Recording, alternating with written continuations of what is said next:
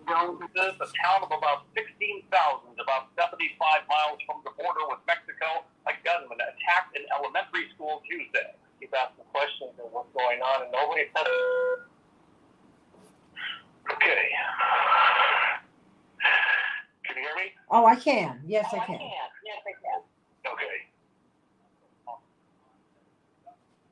All right, I'm going to get Reverend Johnson up. Okay, fantastic. Thank you.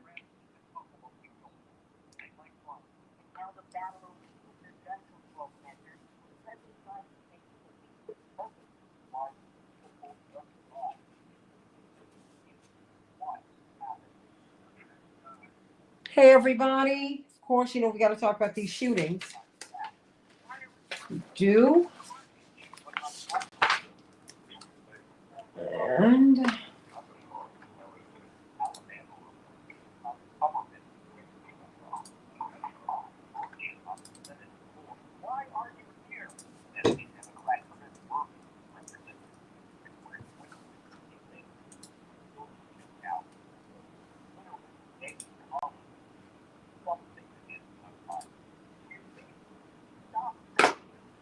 I have Reverend Johnson on the line. okay. Reverend Johnson? Hey, Andy. Hi, how are you? I'm well. How are you, dear? I am doing well, thank you. Okay, how about that? I'm sorry, I'm trying to get the last minute. You know how it is. Okay. Yeah, wait a minute.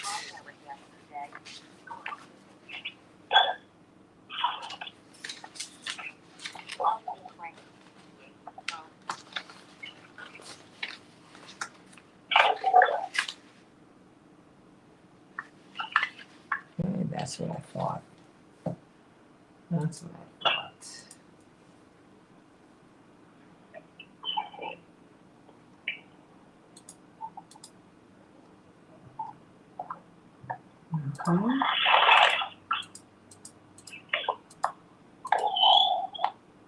Okay. Okay. It's unbelievable that we continue to say that we don't know why we're here. As violent as the culture is, I mean, it's just like it's, I just think about how these people used to routinely call our house to tell us they were going to blow our father's brains out. And they knew what he was wearing, Vicky. So, I, in my childhood fear, would want to call the office and ask Dad not to come home, Yes. Because I'm like, oh gosh, he knows he was wearing a trench coat and and my mother was like, don't even respond to that. And I'm like 70, but what do you know? What do you do? And all this nonsense about not calling Salvador Ramos's name and Peyton Gendron, that is not working for me. We need to know who these people are, Vicky. Yeah. It's like, wait a minute, now who are you? Where do you come from? You shot your grandmama? Whoa, what's up with that? You can't, I got a letter from the IRS. You owe, what, $1,400. Yep, I'm telling y'all. I don't care. And I said, oh my God, I didn't know. And they said, if you do not pay immediately, we are going to put your name in the paper. Okay? Okay, we got 1 minute. Now you're going to put my name in the paper. For taxes. But a murderer goes for nothing in taxes. You understand what I'm saying? I said, really? Yeah. I said, oh, okay. So that's how y'all do it. Okay. Oh, I was hot about that. I said, no. Yeah. So I get it. I know the game, I know the game. It's just like, y'all got to stop it. Really.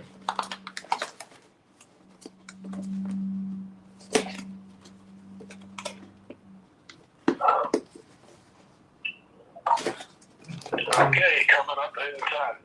All right. Thank you. Let's have a great show. God bless us. Oh boy. Here we go. Let that go.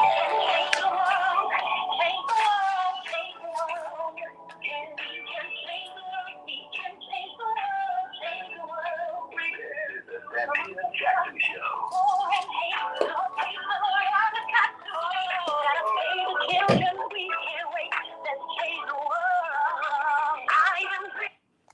Hey everybody, welcome to the Santita Jackson Show. It's Wednesday, May 26th, 2022. I'm Santita Jackson. It's a joy to be with you today. Tough day. Thought we were going to be just talking about the primaries, because we're really in the throes of the primary season in the United States of America. We've got a lot to talk about. What happened in Uvalde, Texas, at the Robb Elementary School. I'm Santita Jackson, coming to you from WCPT 820, the nation's largest progressive talk radio station, and AM 950 radio, the voice of progressive Minnesota. I want you to call me today, 773-763-9278, 773-763 WCPT 773-763-9278, and meet my morning stars on the Santita Jackson and Friends page and on the Santita Jackson Show YouTube channel. Please populate that channel. Facebook reached out to me and asked that I ask you to go to the YouTube channel.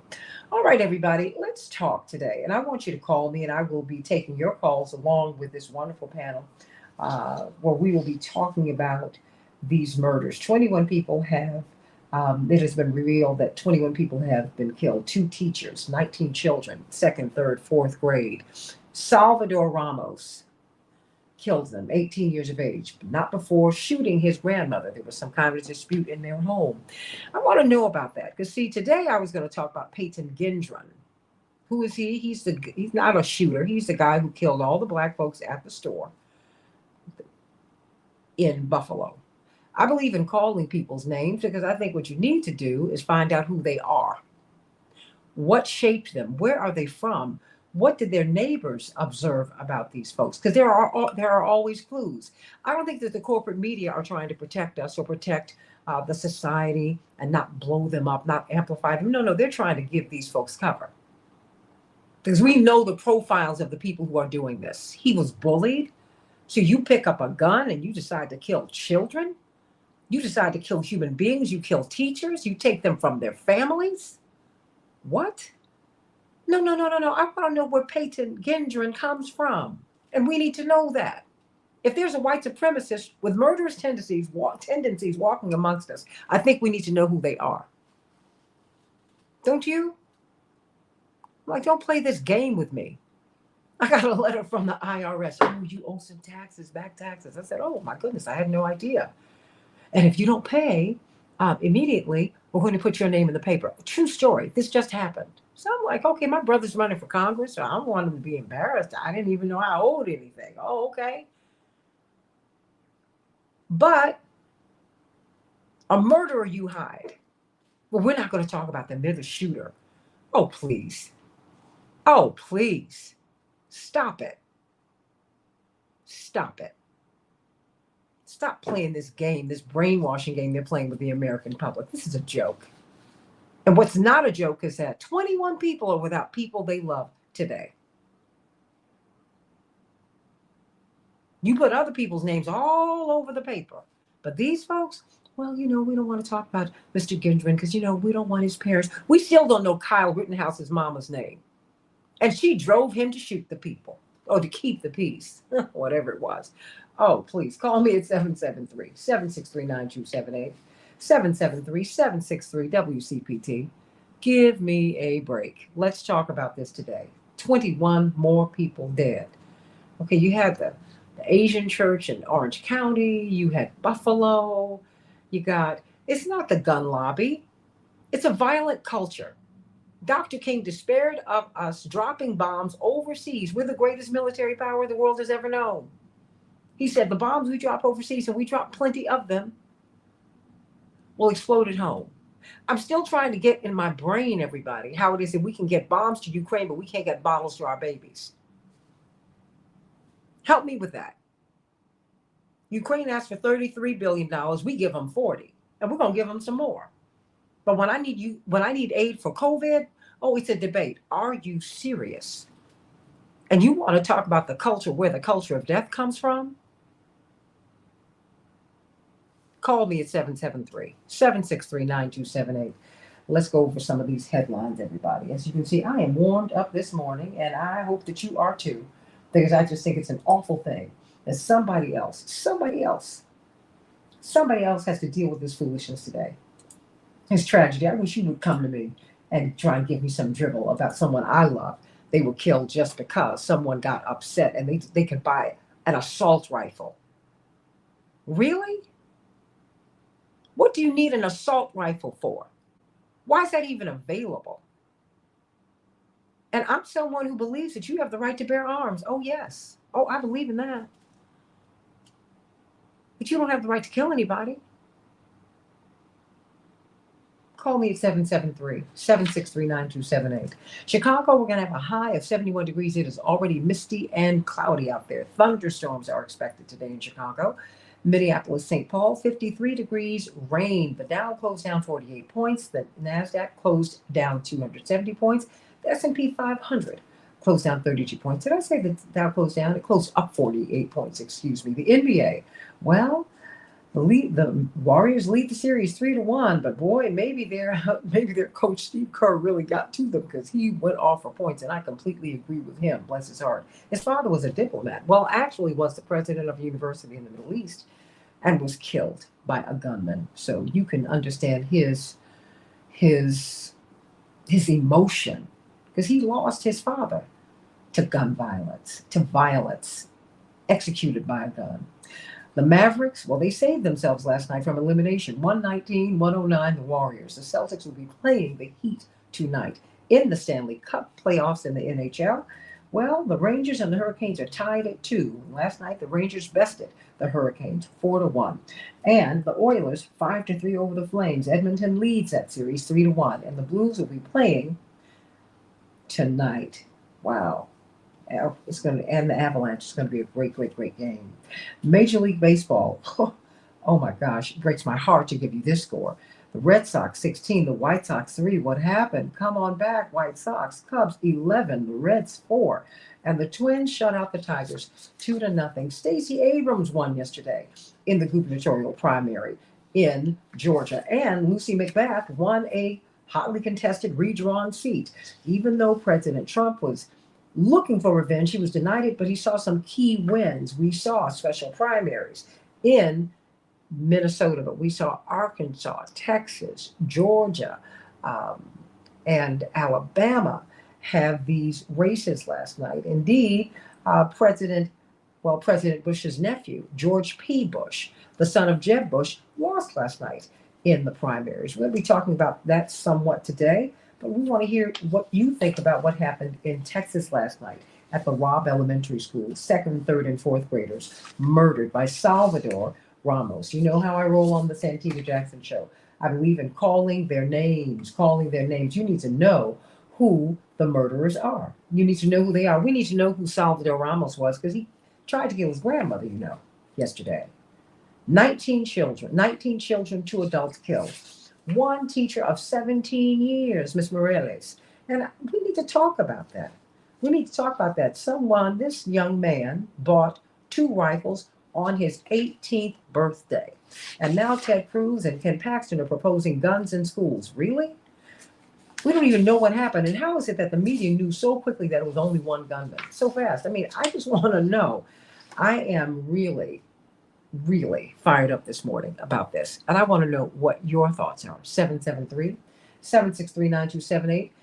Pastor Vicki Johnson, it's a whole lot. And I have to tell you, I think, was it Chapearl Pearl was telling me that she felt that I was traumatized. She said, I think you saw a lot as a child. And when I hear you speak sometimes, I think you need to talk to someone. I said, girl, I've done all the talking I can do. And I believe in therapy. I do.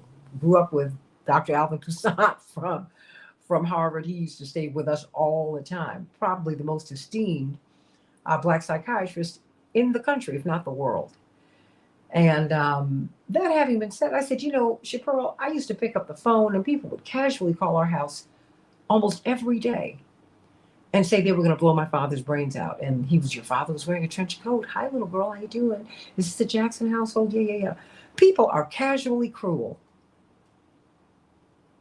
Before this man went and tried to kill Vernon Jordan, he sat outside of my father's office for a week. 1 week. Trying to figure out how he was going to kill him and get away. And he couldn't figure out a great, quick getaway. Now, if you're going to kill somebody, stay there, take the hit. No, no, no, no, no. He was going to kill my father and then leave. But he couldn't figure it out. So he went back to his car in frustration, heard that Vernon Jordan was going to be in Indianapolis and drove there and tried to kill him, shot him, almost killed him.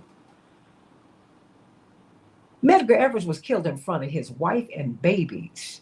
If I talk to Rena Evers today, she will tell you how her father, as a veteran, Mickey, used to teach them to drop, tuck, and roll, because such was the danger that they were living in. And then one night she had to do it for real. And she said, we opened the door and Dad was trying to crawl up the driveway, bleeding to death, having been shot by Byron Della Beckwith, who they would not prosecute in the city of Jackson. Oh, please. And you want to know where this comes from, Vicki? This is who we are. And it needs to stop. Salvador Ramos is as American as apple pie. Peyton Gendron is as American as apple pie. And you need to deal with that. We're breeding them every day. Pastor Johnson, I need some good news. Yes, we need some good news. Yeah. Good morning, Santita, and good morning to all of your morning stars and friends. There is good news. If I were to ask you right now, what would make you happy? Are you prepared to answer the question? If you could do something, travel someplace, or have something right now that would bring you joy, can you articulate it? Often we place our focus on making others happy, buying them those tickets to the concert, getting that perfect gift, taking them to their favorite restaurant, or to see the movie coming out this weekend. But what about you? What would make you happy? Oftentimes we think it is selfish to think of ourselves when in fact, if we don't consider ourselves, are we guaranteed that anyone else will? When flying, the attendants tell us if we are traveling with a minor or someone who requires assistance to put your mask on first. In actuality, you are no good to anyone else if you are not good to yourself. Some people make bucket lists for things they want to do before they cross the chilly Jordan. That's good. But I'm not necessarily speaking of that. What can you do for you today that will make you happy?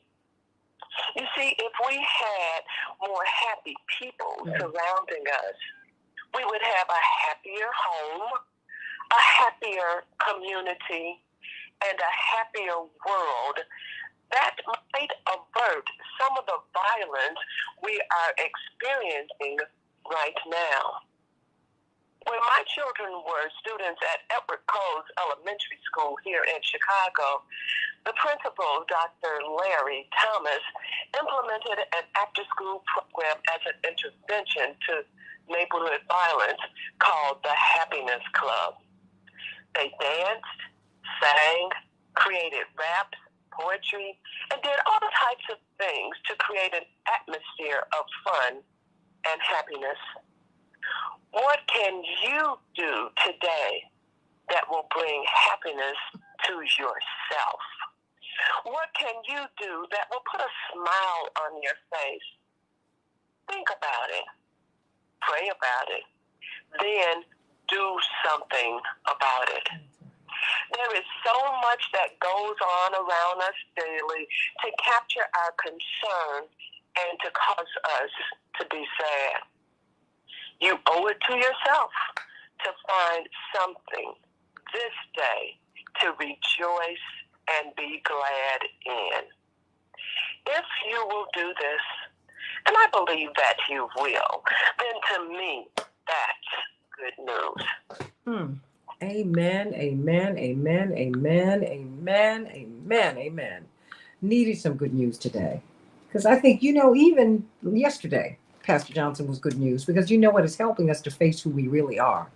And maybe if we face who we really are, if we get gather the courage to do that, we can become better. We can become right. You have not a half hour of power, but an hour of power at your glorious church, St. Thomas Lutheran Church on 80th and Jeffrey here on the south side of Chicago. How can we be with you this Sunday? You can be with us on Facebook Live this Sunday. We will not be worshiping in person this Sunday. We will be on Facebook Live at 11:45 a.m., 1 hour of power. And I know that you will be blessed with us at St. Thomas Lutheran Church. Amen. I love Pastor Vicki Johnson. And if you get on over there, you might just hear her sing. She's one of the greatest singers I've ever known. Couldn't wait to hear her every time she would step to the microphone when I was growing up. Just brilliant. And so glad to see that God has expanded her ministry from the word that she sings to the word that she speaks, and her comforting demeanor. I love you, Pastor Vicki Johnson. Love you, love you, love you, girl to girl. Sending her so much love. Oh, I know it, and it's breaking her heart to call me Santita today, but it's okay. You can be off there. You can call me Sandy again.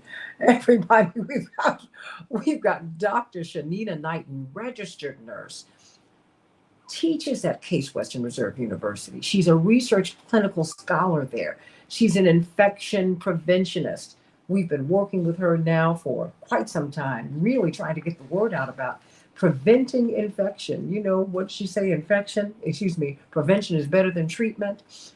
We're going into this holiday weekend, and it just, the numbers for COVID are rising all over the place. But there are different strains now. So it seems that some people who, many people, whether they have been vaccinated or not, when they get COVID, it doesn't appear to be as virulent or as deadly as untreated COVID was a year ago or two. What is going on, and what do you see us needing to do? Because yesterday you made some brilliant points about treating all illness equally, taking everything seriously. And I was really moved by that, and so was everybody else. What should we be doing to take care of ourselves as, the spring and the summer are right here with us? So first and foremost, I would be thinking about this from the standpoint of, just as you mentioned, we don't know what kind of strains is going to be around. There's now monkeypox, which, I'll be honest, the first case was discovered over a year ago somewhere in Texas, I believe. And the media made barely any mention about it, along with other infectious diseases. And so because these diseases are not discussed or they're not put on the media's radar, people tend to not think about them as such. And I think that that's the disheartening part about it, is that we tend to not understand that these diseases are going to be around. And because we understand that they're going to be around, we have to make sure that we're taking precautions at all times. Meaning that, for example, when we think about our immune system and we think about what it is that we're consuming, whether it's unhealthy food, if you're doing a lot of sweets, which can lower your immune system, if you know that you're consuming a lot of bad foods that can lower your immune system, certain medicines that you take, even though they may be treating a certain disease or medical condition, can also lower your immune system. And so sometimes we have learned to to manage with the use of medicines. We've learned to manage, and I would say think that temporary use of certain things, meaning, for example, a weekend of bad drinking or a whole week of bad drinking or bad eating, right? And the thing is you have those habits, but then they're coupled up with, let's say, stress, and you maybe haven't had a chance to work out. We have to understand that there are these things that can lower your immune system. So if you're not thinking about how all of these lifestyle changes work together, and we just say to ourselves that we're going to go out, hey, I'm going to make sure that I get vaccinated. You're vaccinated against COVID, but does that vaccination against COVID protect you against other infectious diseases as well as other illnesses? And the answer is no. So it treats that particular bug, but it doesn't treat the other bugs that exist. And that is my concern, is that sometimes we get in tunnel vision thinking about one germ, that we really should be thinking about what can I do to make sure that I am decreasing my risk for all germs. And that is why I place a heavy emphasis on hand hygiene. That's why I place a heavy emphasis on environmental cleaning, meaning that, yes, there are plenty of times when we are outside. And when I say outside, out in public, and we're going into the restaurant, we're all touching the same handles. When we're sitting down at the table, we may be hovering over the same table. If you're at a bar, you're hovering over the same counter. If you're in an elevator, you're pushing the button. If you're coming down the escalator, you're touching the rails. There's so many things that we tend to touch and come in contact with collectively as a people. Even too, if you're in a stadium for a sports event, whether that's baseball, whether you're going to your child's event and you're having to touch the rails to go up and down, while in the bleachers or in the stands, there are plenty of other people that touch those rails too. But yet there are no hand sanitizers that are available to make sure that you can clean your hands or accessible by the time you make it to your seat. So you've now picked up all of those germs and you're getting ready to consume them. So that is when I say surface cleaning. Distancing, I look at physical distancing different, okay? If you know that you're the person with the runny nose, if you know that you're the person who's saying, you know what, I've been up under the weather a little bit, physically distancing yourself means stay home. It means keep your germs to yourself, because you'd rather be safe than sorry and making someone else sick whose immune system or body may not necessarily be able to handle that illness. Sure. In the reverse, you have to assume that everybody around you is sick, and so you also want to make sure you stay away from them too.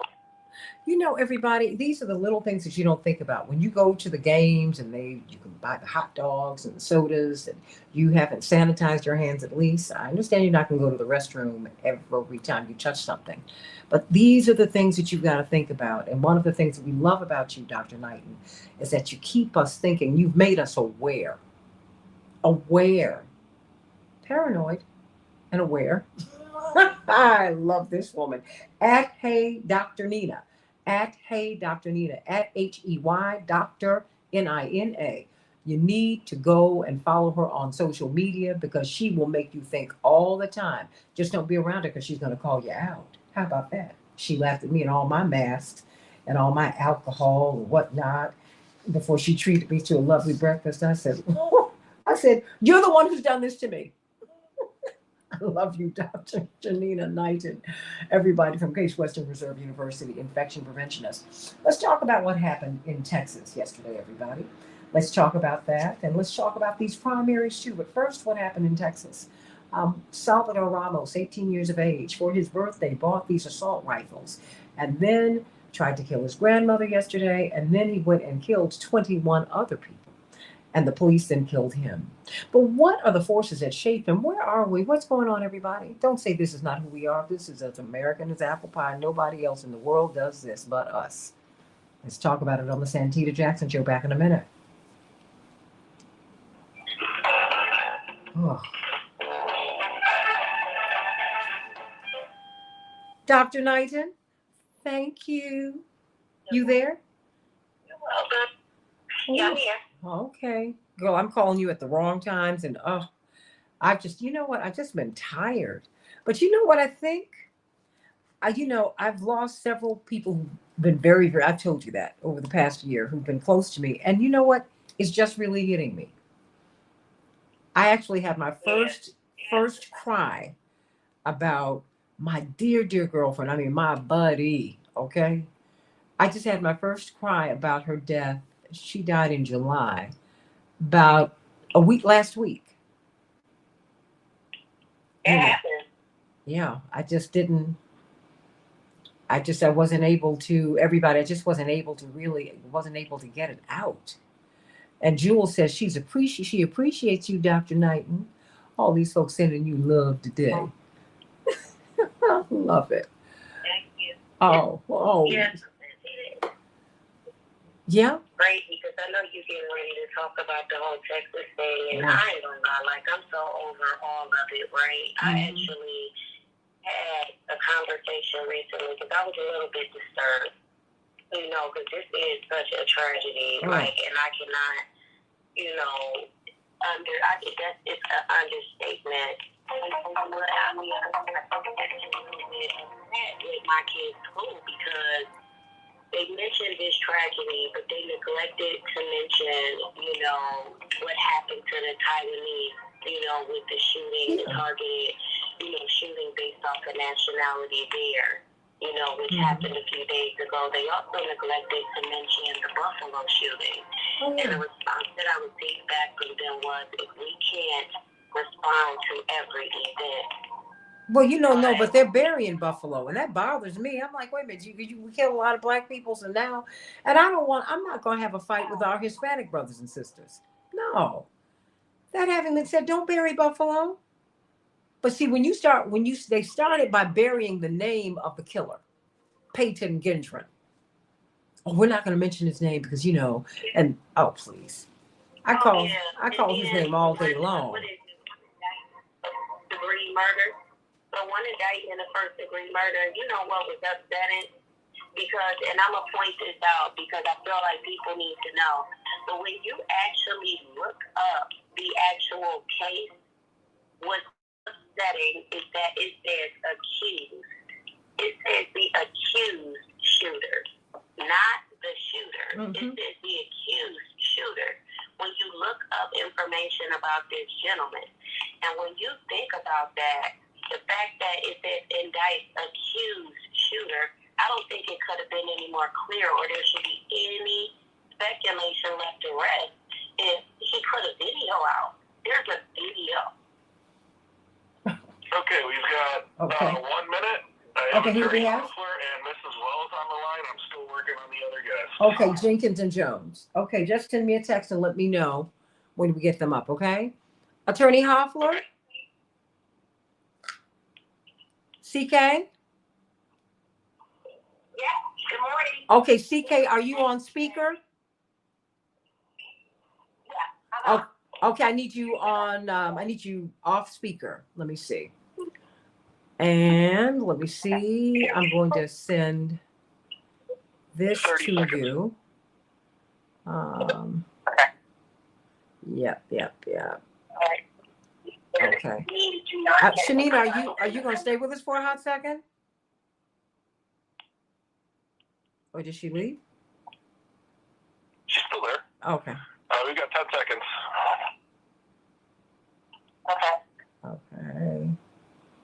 Okay. CK, I'm sending you the run sheet right now. I'm sorry. Took a minute.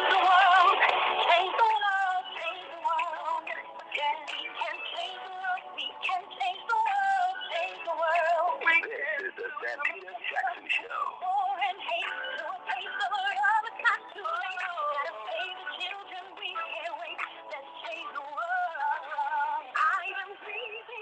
Hey, everybody. Welcome to the Santita Jackson Show. Welcome back. Wednesday, May 26, 2022, right on the heels of Memorial Day, everybody. We're going to be talking about that on Friday. The Black origins of Memorial Day. These people that come out of the most dehumanizing of circumstances, slavery in the United States of America. And they saw that these white Union soldiers had been dumped in the ground as if they were not even human beings. And they dug them up and buried them properly and had an appropriate celebration homegoing service for them. We're going to be talking about that on Friday. But right now we've been looking at yesterday we were focusing on the elections, and we're going to deal with that today. I mean, because Stacey Abrams did win. Brian Kemp will be her opponent in the fall. It will be a repeat of 2018. Raffensperger, the Georgia Secretary of State, who resisted President Trump's entreaties to give him 11,000 plus more votes so that he could win the presidency. And Lucy McBath in a redrawn district, she won. And on and on and on and on. And we're going to be talking about that. But right now, let's just, the times are leading us to what happened in Uvalde, Texas yesterday. Salvador Ramos, 18 years of age, on his 18th birthday, having been bullied, having been diminished by his peers, according to the narrative that we have thus far, he decided to go and buy some assault rifles. And then yesterday he tried to kill his grandmother. And then he left there and went and killed 21 other people. 2 teachers, 19 children, 2nd, 3rd, and 4th grades. Their bodies have been so destroyed by his ammunition that the parents are having to offer DNA samples. These are children is 50, 60 pounds, 70 pounds. Come on, everybody.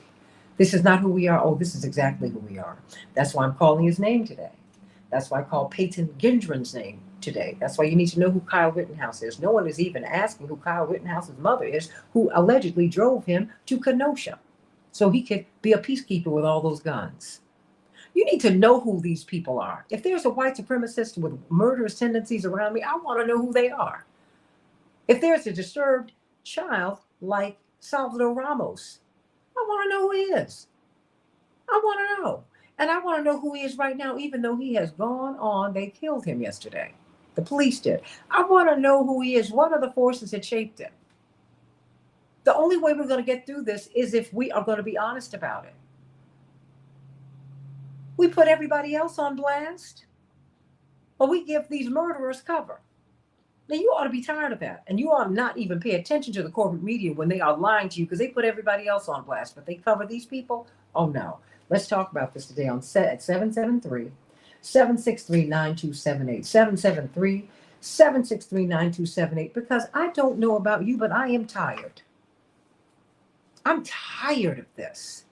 And we do have a culture of death here. We do. Dr. King said the bombs we drop overseas and we drop aplenty will explode at home. And he said that more than 50 years ago, and that is what we're seeing. Yeah. So, Attorney C.K. Hoffler, we're going to have a tremendous panel with us today. Of course, legal Q&A with C.K., but C.K. said, we got to talk. There's a lot we've got to talk about. So she's coming on early today. She's with me right now. And, of course, joining her today will be Bill Jenkins, Associate Professor at Dominican University. He's the author of a book, What to Do When the Police Leave, a guide to the first days after traumatic loss. How does he know his son was killed, gun violence, in a fast food restaurant? Ironically named Bullets. Jennifer Bishop Jenkins, his wife, who's like my sister, gun victim family survivor, former national program director for victims and survivors from the Brady campaign. She's just continued to serve in so many ways. And of course, Attorney Darrell Jones from the Transformative Justice Coalition. But let me start with you, CK, before we get to Jennifer Bishop Jenkins and Bill Jenkins. We can't even get to, the election, and the wheels of government are still rolling along. But what does this say to you about what happened yesterday? It's like we're still trying to but they haven't even buried the people from Buffalo yet. C.K. Hoffler.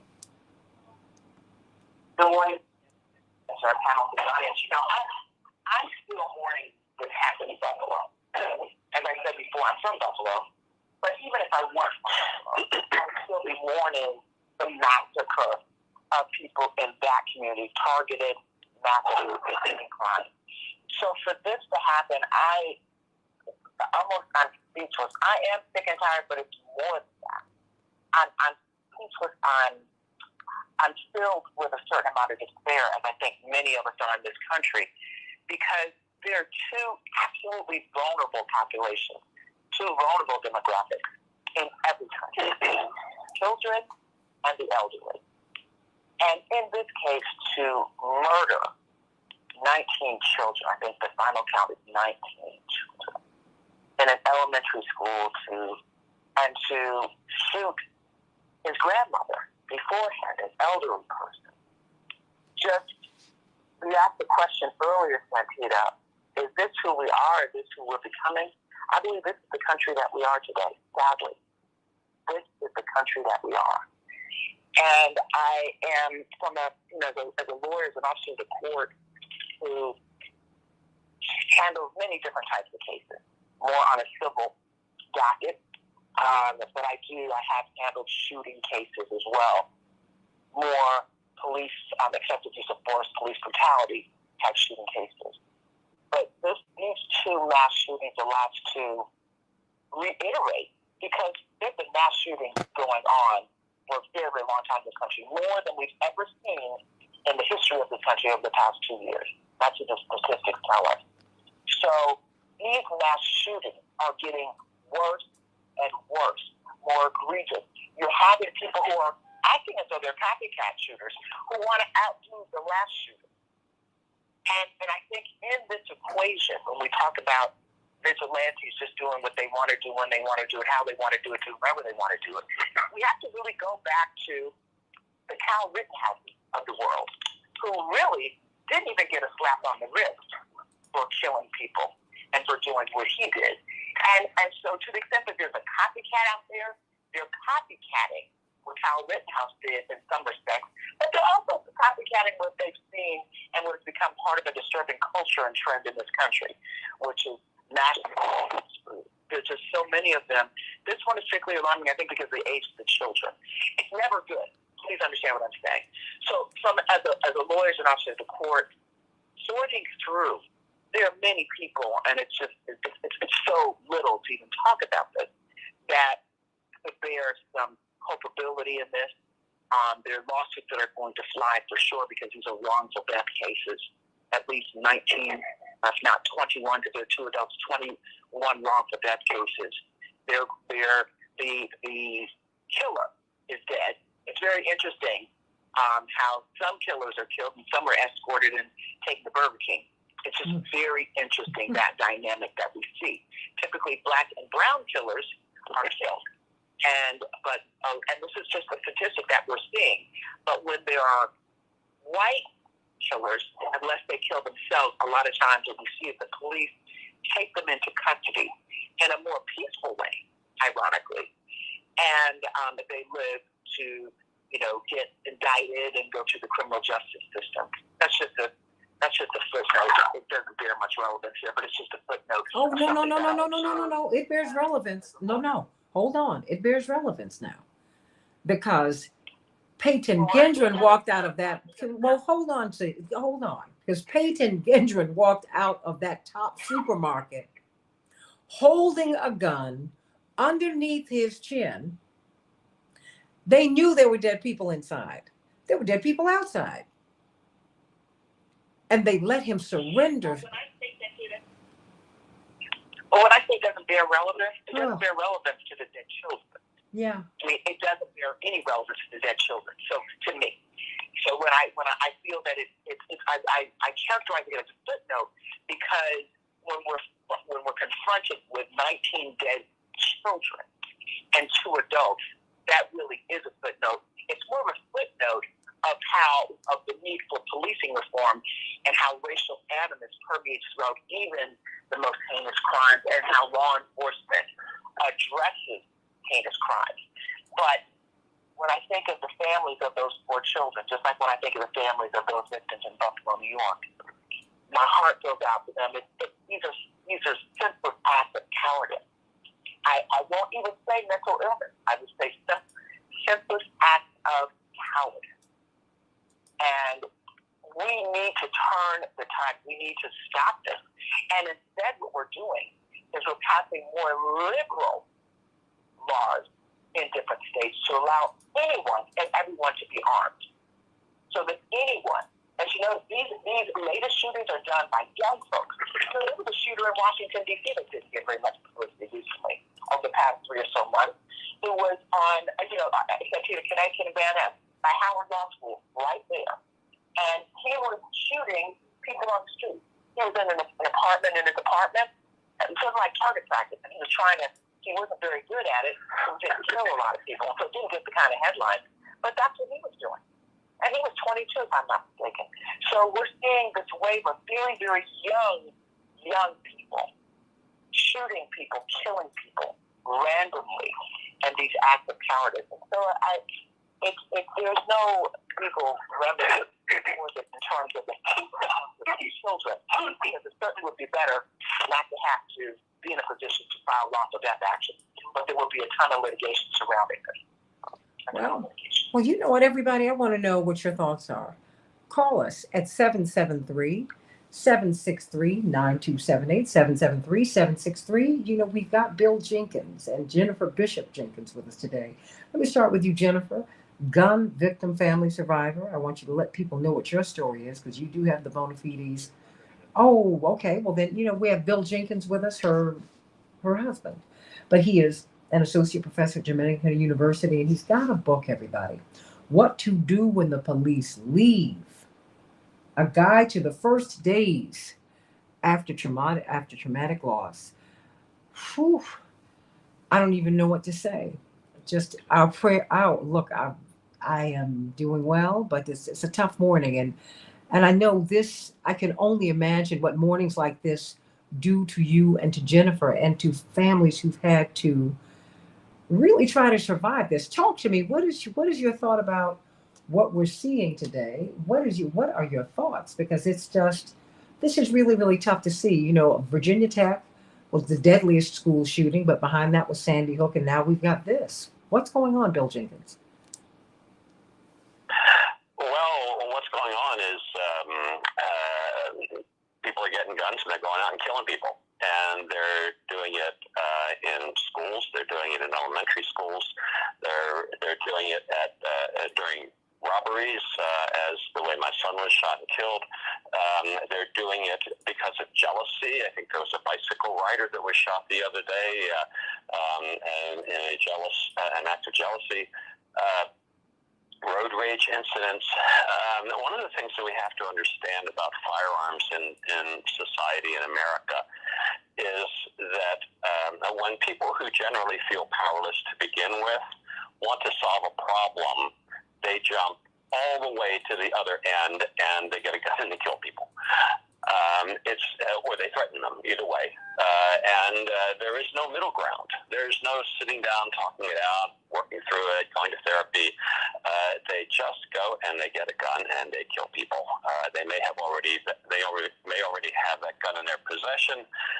In many cases, they may go to the gun store and get one very, very short order. We used to have 3-day waiting periods for cooling off periods.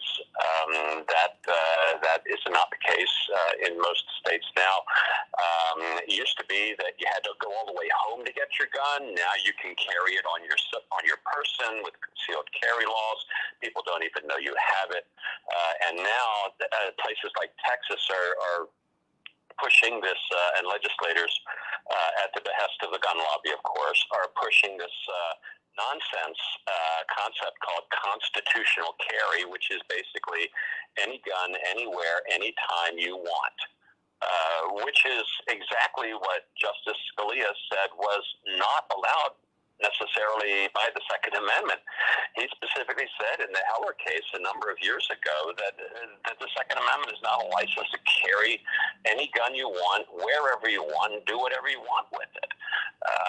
So we have whenever a criminologist looks at a crime, they look at three things. They look at motive, they look at opportunity, and they look at means. And those three things must be addressed in order to interdict crime. And one of the things that we have just not at all tried to deal with in this country is the means of gun violence, which is people being able to buy guns. And of course, behind that is a huge industry that is making enormous amounts of money by selling guns to anybody that feels disempowered, anybody who just wants to own a gun, anybody that feels fearful. And what are they fearful of? Well, they're fearful of someone else who also has a gun. And so it just escalates. And that's the narrative that the NRA and other organizations are trying to push.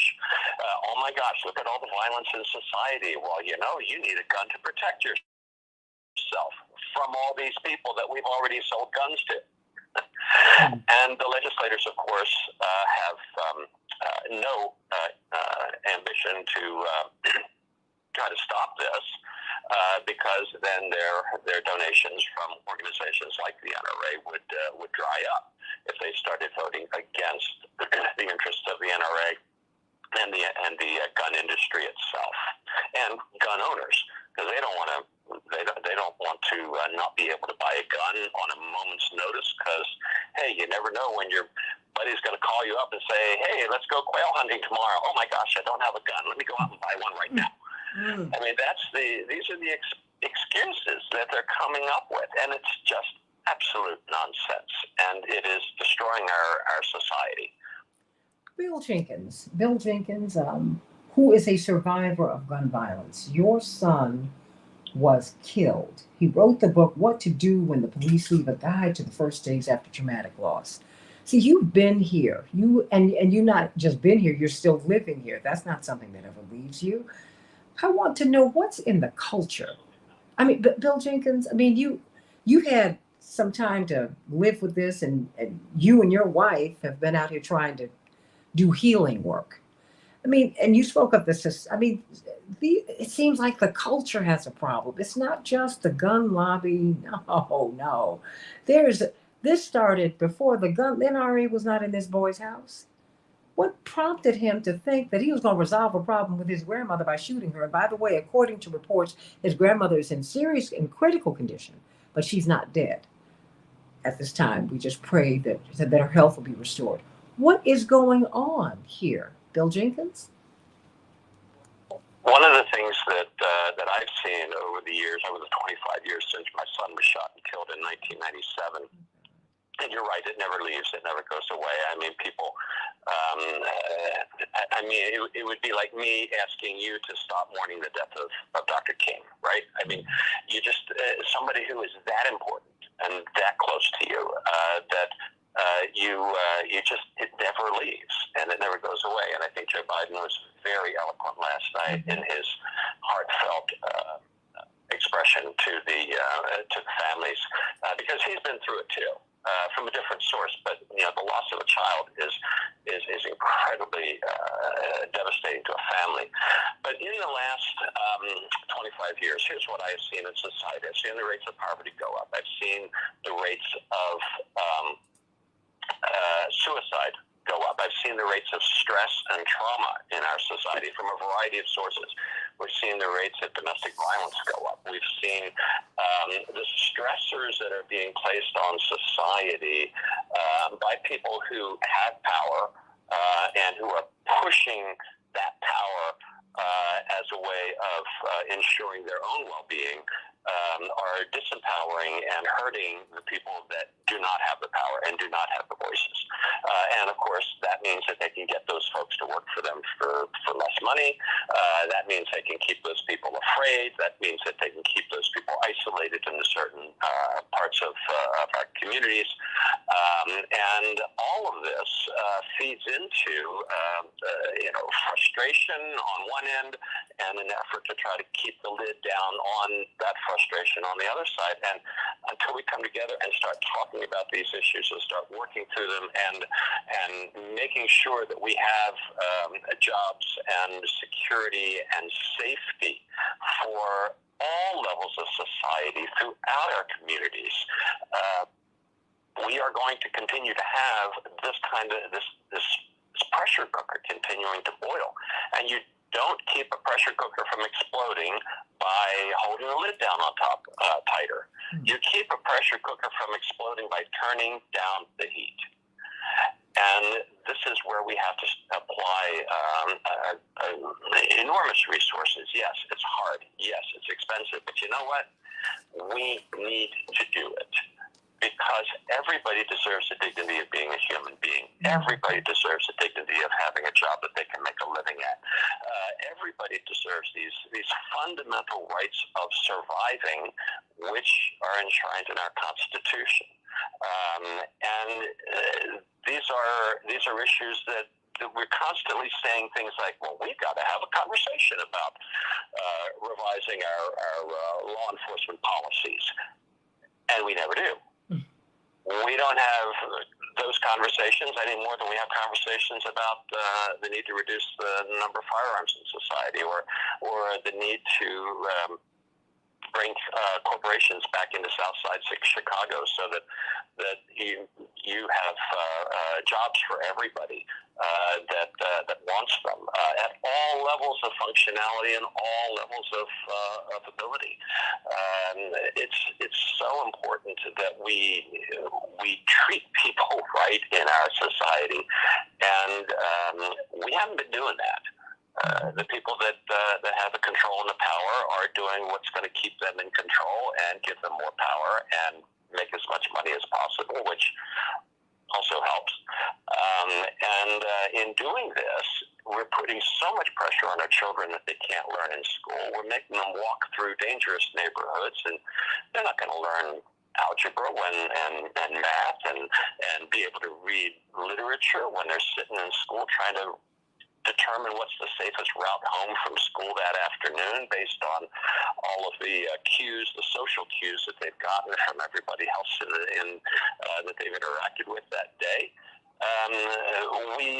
Going back into a home where families have to work, the adults in the family aren't home because they have to work 2 or 3, 4 jobs in order to keep food on the table. These are some of the most courageous people in our communities, and we're not recognizing how hard they are working just trying to survive. And this needs to be addressed. Suicide rates are up from when my son was killed. It used to be that suicide, the homicide rate was higher than the suicide rate. Now the suicide rate is much higher than the homicide rate with firearms. The issues regarding violence in law enforcement shootings. Back when my son was killed, it's extraordinary to look at the statistics, because you would look at the statistics back then on law enforcement shootings and think, wow, these guys are really incredibly restrained when it comes to shooting perpetrators. And this was, 25 years ago. And now you turn on the TV and there's another law enforcement shooting, and there's another law enforcement shooting, and there's another law enforcement shooting. Well, one of the things that has changed over time is veterans are coming back from being highly trained as soldiers, and they're naturally going into police work. Mm-hmm. And nobody's asking about this question. And now you have an influx of military personnel who have been trained to do one thing very well, and almost overnight they are being asked and demanded, really, to start doing a different kind of job that looks and feels very much the same, but isn't very much the same. Oh, hold on. Hold that thought. Bill Jenkins, hold that thought. I got to go to a hard break, but I almost missed my break listening to you. Jennifer said, oh, no. Jennifer said, you got to get my husband. I said, I want to get him on. I'm calling you at 10 o'clock at night. Oh, Attorney C.K. Hopkins. Wow. And Jennifer Bishop Jenkins, formerly with the Brady campaign, still doing such brilliant work on really bringing peace. Bill Jenkins, professor at Dominican University, What to Do in the Police Leave. This is his book, What to Do in the Police Leave, a guide to the first days after traumatic loss. Attorney Darrell Jones, Transformative Justice Coalition. We've got to transform. There's a lot that we need to do, but you've hit on something. We've had people who've been trained to kill who are now policing our streets. And they don't mean any harm, but that the culture is off, everybody. So don't tell me that this is not who we are. This is exactly who we are. And we've got to change if we want to survive. Back with more of the Santita Jackson Show in just a minute. Yeah.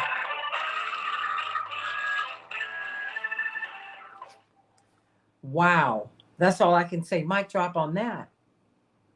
Whew. Oh, Bill Jenkins. This was a whole lot. Jennifer, thank you. Thank you. Thank you. And attorney C.K. Hoffler. I know C.K. will probably have you on her show. She's on WAOK. And so is Attorney Jones has a show coming out of Washington, D.C. Attorney Daryl Jones, he's the chair of the Transformative Justice Coalition. He and Barbara Arnweiler are foremost voting rights advocates in the United States. And really they do so much work in the civil rights and human rights space. We just thank God for them. And of course, attorney C.K. Hoffler is the immediate past president of the National Bar Association. And she's the chair of Rainbow Push, Jennifer and Bill. So, she's your sister. There you go. And we're going to have attorney Mark Fancher. Oh, absolutely. 'Cause these are Rainbow people too. And Chaparral, are you still there? Santita, this is Jennifer. Can you hear me? Oh, now I can. Now. Yeah. Now I can. Oh, but I mean, thank you for that. I mean, because that's why I said, it's a cultural issue. You all feel free to jump in. I'm just, I'm shuffling papers trying to get things done around here. But keep everything moving. Santita, this is Jennifer. I just wanted to say, I think that we also need to address the gun industry itself. Mm-hmm. Unique in America, this high profit industry, how much money they are making by selling on fear and selling more and more of these guns, higher powered, higher capacity, all of that we used to regulate. And now that it's completely unregulated, laws matter. People are dead because of it. Children are dead because of the lack of good laws. And folks, these folks don't want to follow them. But I mean, you all keep on talking. Attorney Fancher is ready, by the way, and Mrs. Wells is still on the line. Okay, good. Shelley's still on the line. I'll go right to her. Okay, thanks. Okay. You all keep talking, please. Yeah, I was going to say, sitting in Georgia, I feel like we're in a pressure cooker here because literally anyone can go to any store because many stores sell guns. I mean, it's just rampant. And buy guns. It's just it's actually unbelievable. And get guns right away. And so I'm living in that reality. And to me, it's all about the money. It's all about the billions of dollars that the gun industry benefits from when, whether it's a war, the domestic war is gun violence, or it's a war with youth. They're benefiting the billions of dollars a year. And so until we address that at the core, there will be no change. So can I say something too? I just want to add in, it's actually crazy because we had an issue. Now, hold on, everyone. This is Dr. Shanita Knight. And I didn't realize you were still there, Shanita. Shanita is an infection preventionist. She's an RN. She's a PhD. She teaches at Case Western Reserve University. She's in Cleveland, obviously. Oh, Shanita, please go. I was just going to bring up that we're actually having that right now. So there's a street that's literally less than a half a mile away from me named St. Clair. And somebody's actually 2 days ago went up and down the street multiple times during the day and was just shooting people. And so it was an advisory to stay off the street. And just to give you context, the street goes all the way from 222nd all the way to West 3rd in St. Clair. And so someone was going up and down that street and just spraying people and just spraying cars. And so the body count on the first time was like 9. And then on the second time, it might have been 7. And they had shot up a barber shop and some cars. And so it's just been bring also just confirmation to what everyone is just saying is the fact that everything is so easily accessible when it comes down. And this is the largest poor city, and so you don't know the rationale, which can be none of why people do it, but it's happening. And it's displacing them, it's causing a lot of harm to a lot of people indirectly because no one's waking up expecting to not be able to go down the street and not get shot. Mm-hmm. And, there's not been a lot of public attention on that. Okay, now, CK, can you get back into the phone? You sound far away. I said there's not a lot of public attention on that. I agree, not at all. And that's the thing, like these are the stories that we never hear about or no one ever talks about or acknowledges, and so it becomes numb in these communities per se. It continues to happen over and over again because we don't have legislation or enforcement to, emphasize that someone cares. But yet, it's still when we have other issues that are prioritized, that gives people the notion that it's okay to continue doing it. And we end up with the copycats, like DK said. Mm-hmm. Well, also remember, like success, and if people get away with it, they're going to see that as a success. 1 minute, somebody else will try it as well. Stand by, everybody. I'm coming up real fast. Attorney Jones, are you there? I'm here. Okay, stand by. Coming to everybody on the other side. Chaparral, are you there? Yes, okay, I'm going to come to you quickly, okay? All right, stand by. And Jennifer, I'm here. All right. CK, Jennifer, Bill. I didn't realize, Shanita, I'm glad you're there. And Attorney Jones, all right. So I'm coming to you. I will be coming. I want to hear from everybody. So I'm going to back up, but I've got to run through a few headlines. All right, everybody.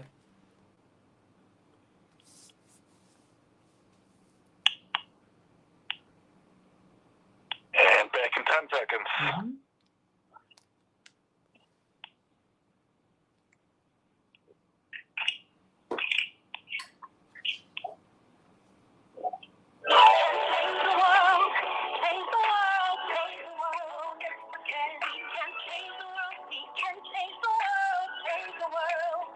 This is the Santita Jackson Show.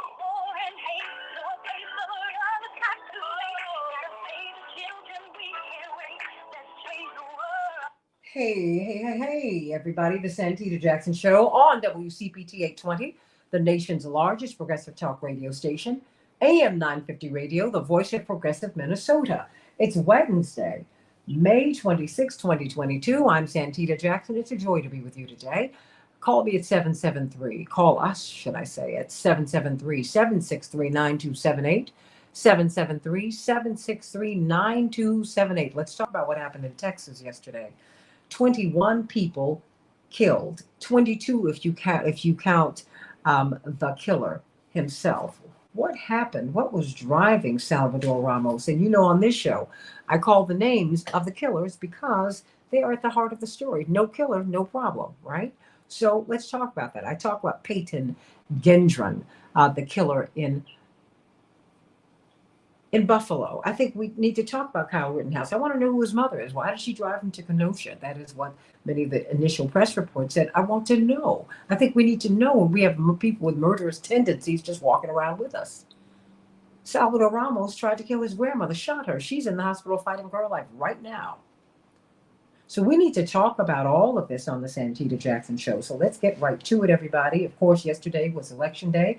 We'll be focusing on that much more fully tomorrow, because Stacey Abrams, she had a great night. She's the Democratic nominee. She will be facing off against Brian Kemp, who she faced in 2018 after he purged all her votes as Secretary of State. We had Lucy McBath, who lost to son to gun violence. That prompted her involvement in politics. Now she took over Newt Gingrich's seat, if you can believe that. Well, they redrew the district. People expected her to be pushed out. That didn't happen. She won yesterday. A lot going on, everybody, on the Santita Jackson Show. I'm getting some background noise, so let's try and work that out, Matt. In Chicago, we have a high of 71 degrees. It's already cloudy and misty. Thunderstorms.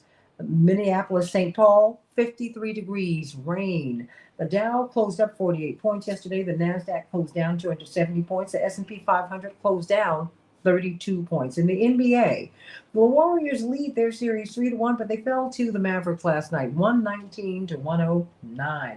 The Celtics will be playing the Heat tonight in the Stanley Cup playoffs. The Rangers and the Hurricanes are tied at 2. Last night, the Rangers bested the Hurricanes 4-1. The Oilers, well, Edmonton leads their series 3-1. But the Oilers are triumphant last night, 5-3, everybody. In Major League Baseball, the Blues will be playing the Avalanche tonight. Don't forget, NHL in the house. Major League Baseball, Red Sox 16. It breaks my heart. The White Sox 3. You must redeem yourselves, everybody. Cubs 11. The Reds 4.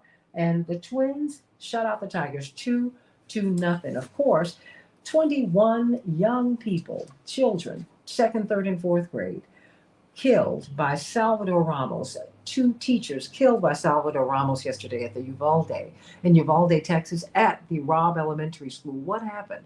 Mr. Ramos, 18 years of age, purchased 2 guns, 2 assault rifles, at least those were the least of his purchases, on his 18th birthday, claiming that he had been bullied and he was going to, I guess, exact revenge upon the community that he felt did not love him. But he killed all these children. But this is happening far too often, everybody. We had Sandy Hook. We had Virginia Tech. That's the deadliest school shooting in American history. And so what's going on? What's going on, everybody? Something is going on, and we need to get to the bottom of it. And we will on the Santita Jackson Show. We've got a tremendous panel with us today. Attorney C.K. Hoffler, of course, chair of Rainbow Push and past president of the National Bar Association. Jennifer Bishop is with us today. Jennifer Bishop Jenkins, gun family victim survivor. The former national program director for victims and survivors of the Brady campaign. We've been speaking with Bill Jenkins, associate professor of Dominican University. Yes, that is her husband, and he has been so articulate, dropping the mic all over the place. The author of the book, What to Do When the Police Leave, a guide to the first days after traumatic loss. Attorney Darrell Jones, Transformative Justice Coalition, and National Conference of Black Lawyers, brilliant attorney Mark Fancher. And I think we got Dr. Shanina Knighton who wanted to hang out with us today because she said, I need to hear this conversation as we've been transitioning from health to there. But let me give you this, everybody. If you're purchasing a new home, refinancing your existing home, securing a VA loan or reverse mortgage, or if you need to build credit, or if you need to rebuild your credit or wipe out your credit card debt, you need to call Team Hochberg at 855-56-DAVID, 855-56-DAVID, or go to 56david.com, 56david.com. Get a free consultation. Tell them what you are dealing with. They will construct a program for you and dig you out of debt.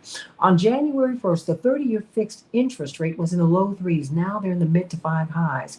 It now costs over $360 more a month to finance a $200,000 and over $540 a month to finance a $300,000 mortgage than it did on January 1st.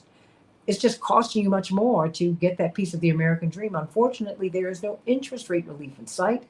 And that's why you need to work with a lender who understands the market and who can help you. And that's Team Hochberg. Call them at 855-56-DAVID, 855-56-DAVID, or go to 56david.com. They have helped thousands of WCPT listeners, and they can help you too, AM 950 Radio.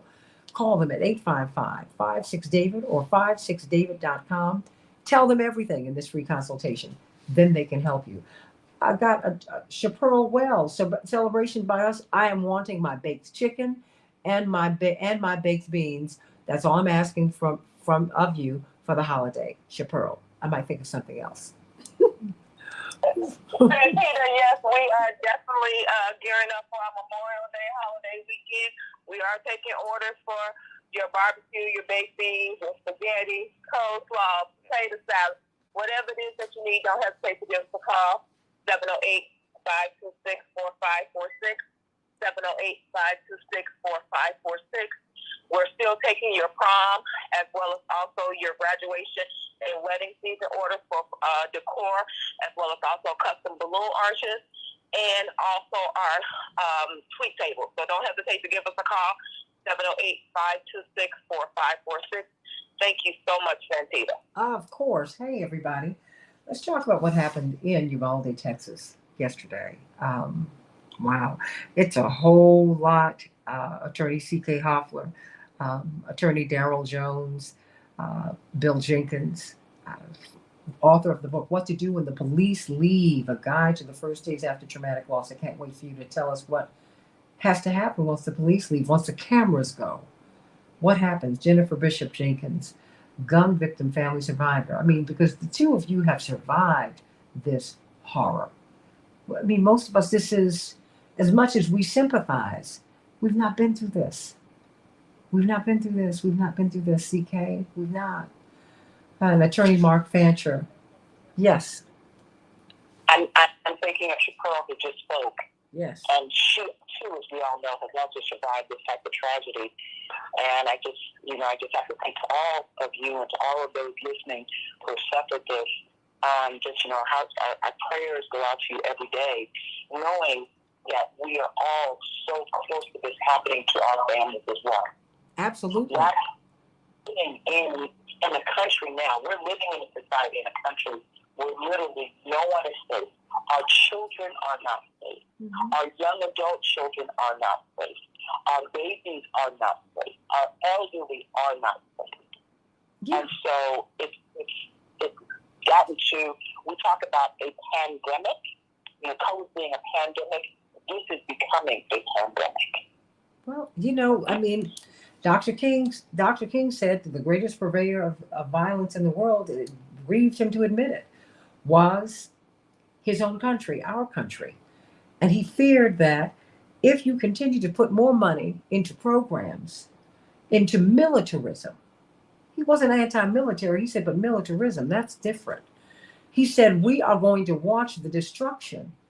We're going to approach spiritual death. We're going to die spiritually, because we need to be putting money into spiritually uplifting programs. And the bombs that we drop overseas will explode at home. So you know what? I'm going to go around because we did not hear. I'm going to get back to Bill Jenkins and Jennifer Bishop. I'm going to get to you. But I want to hear from you, Attorney Darrell Jones. Your thoughts about yesterday. Santita, in the English language, when children lose parents, we consider them orphans. When a spouse loses a spouse, we call them a widow or a widower. There is no word in the English language when parents lose their child. Wow. That's how significant this is. And, I listened to the words of Bill Jenkins and all that he was laying out with regards to his loss, and I think of, the comments that were made, and people, just to get the sense of it, I think, Amiri Jo Garza was one of the 10-year-old little girl that was killed. She just got her honor student's certificate that morning. She was actually killed there, and she was calling 911 when the killer came in. He saw her calling 911 and shot her and killed her. Her blood splattered onto her best friend who was beside her. So I listen to these examples. I understand what's happening out there. And the question becomes, where is Congress? Why are not our elected representatives controlling this? What has to happen for them to get the message? And it really angers me because, whether it's happening at the top supermarket, whether it's happening in the streets of any community, whether it's happening in the schools, at some point, we've got to have representatives that have the guts to stand up to pass sensible gun control legislation to stop this violence that's occurring in our streets. I can't think of a more demonstrable example of the necessity for this than what now has happened at the school. I don't know what else to do.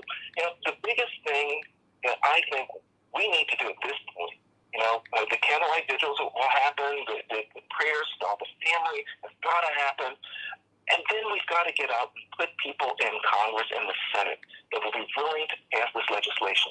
The response of some of these senators has just been disheartening with regards to just their disconnect with what's happening with the American people. We know that the American people favor sensible gun control legislation, but the Senate won't act. The NRA now is headed to Texas in the next 2 days or so, I believe. They have some big conference there.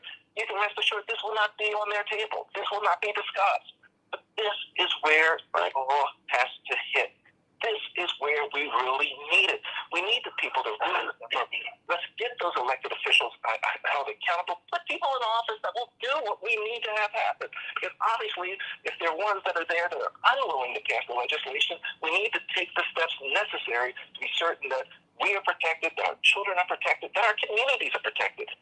I'm just incensed by this, Santita, and I apologize for too much emotion. But at some point, enough is enough. As the president has said, we've got to have the backbone to be able to do this. We've got to have the will to be able to do this. And right now, as Congress is sitting, if this is a matter of political will to get this done, it's not whether they can do it or not. It's whether or not they have the backbone to do it. And that's where we are right now, in my opinion, Santita. Well, amen to that. Let me go to you, Mark Fancher, Attorney Mark Fancher, your thoughts about this? Well, I have been practicing law for about 37 years, and for the most of that time, my focus has been on civil litigation. I've done very little criminal defense, but I have done some. And within the limits of criminal defense that I've done very little in the way of murder cases, homicide cases. I did have one that I co-counseled, and when I met our client for the first time in a holding cell, she was completely traumatized, quaking, completely distraught, totally traumatized by the experience that she'd been through. And I hear from my colleagues who do criminal defense all the time that is a common experience, even among the most hardened criminals. Those who take a life are usually extremely traumatized by it. It's something that is not an experience that they can just brush aside. When we see people now taking many lives and not having that type of experience, doing it as though they are killing insects, killing people as though they're killing insects, it means that something else is going on. It means that we are looking at the embodiment of evil. And this is the work of Satan. There is no, other way of looking at this. And we have to begin to examine not just their access to weapons, their ability to get weapons. It goes far beyond that. You can take away every gun in the country, but if people are possessed by evil, then it's going to manifest in some other way. We have to look at that. And I don't know anything about this young man who committed the killings yesterday, but if he is like so many, he is locked into many things that are going on within our society, such as electronic games and other things where young people are being desensitized to the value of life because they're seeing these images over and over again of bodies being splattered, destroyed, and nothing happening, that it's just a game, that there are no consequences, there are no real life effects on real people. Then they begin to see life pretty much as a video game, that when you're angry, you do what the people in the video games do. You go out and you destroy. And, that is a method that Satan uses in order to insinuate his evil influence into the minds and the hearts of people who otherwise might not do those things. So we're fighting a spiritual fight. I don't think that this is that politicians are capable of addressing effectively, and they won't. Politicians, by their very nature, as a species, do not take courageous stands. They do not do things that the society needs, and we can't count on them to do it. They won't. They haven't up to now. How many people have already been killed? That's a dead end, but it is a spiritual fight that has to be fought. And I think Dr. King was exactly right. At the time that he was doing his work, America was approaching a spiritual death. It got there. It arrived at its destination. This is an empire which is collapsing. We're witnessing manifestations of the collapse of an empire, a society that's sick from root to the tops of its branches. And all that we can do now is to count on divine intervention to save at least those who understand the reality of God and what his will is on this planet.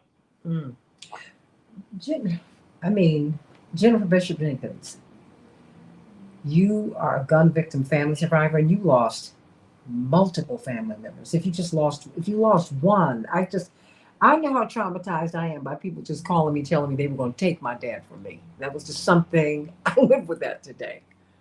And so many people in a particular group in which I exist, they experienced it. I mean, Malcolm X, all of his children, including the twins that his wife was carrying, witnessed his murder. I mean, wait a minute. There's something going on here, Jennifer, because you and I have been doing this now 20 years. What? So I got to tell you, in addition to all the wonderful things that other people have observed about our very horrifically and uniquely American problem, is that the guns and the gun laws themselves. Let's just say that evil exists everywhere, mental illness exists everywhere, alienation, frustration, conflict. All of these things exist in other countries, but other than in their militaries, we don't arm our civilians in other countries. Why is America different? Why does America have mass numbers of these mass murders by civilians in just these random incidences? It doesn't happen any other country in the world. It happens here because of one thing and one thing only, and that is the weak and pro-gun industry profit gun laws. And because they have been allowed to profit hugely off of selling weapons that were previously illegal just a little while ago here in the United States, assault weapons that are designed for one thing and one thing only, to kill mass numbers of people in easy and large and quick and fast ways. Those kinds of guns never used to be available, even if you believed in people carrying handguns from the days of the Old West. You don't see the mass deaths, the mass killings that are empowered by a weapon whose technology used to only be available and still is in most of the rest of the world to people who are in the military, who are trying to kill mass numbers of people in powerful ways. There's no way this young man could have done so much damage if he had not had a weapon that is designed to kill lots of people very effectively in a very quick time. So assault weapons need to be banned again in this country, and we need to look to the gun industry's profits, and we need to look at the utter lack of regulation.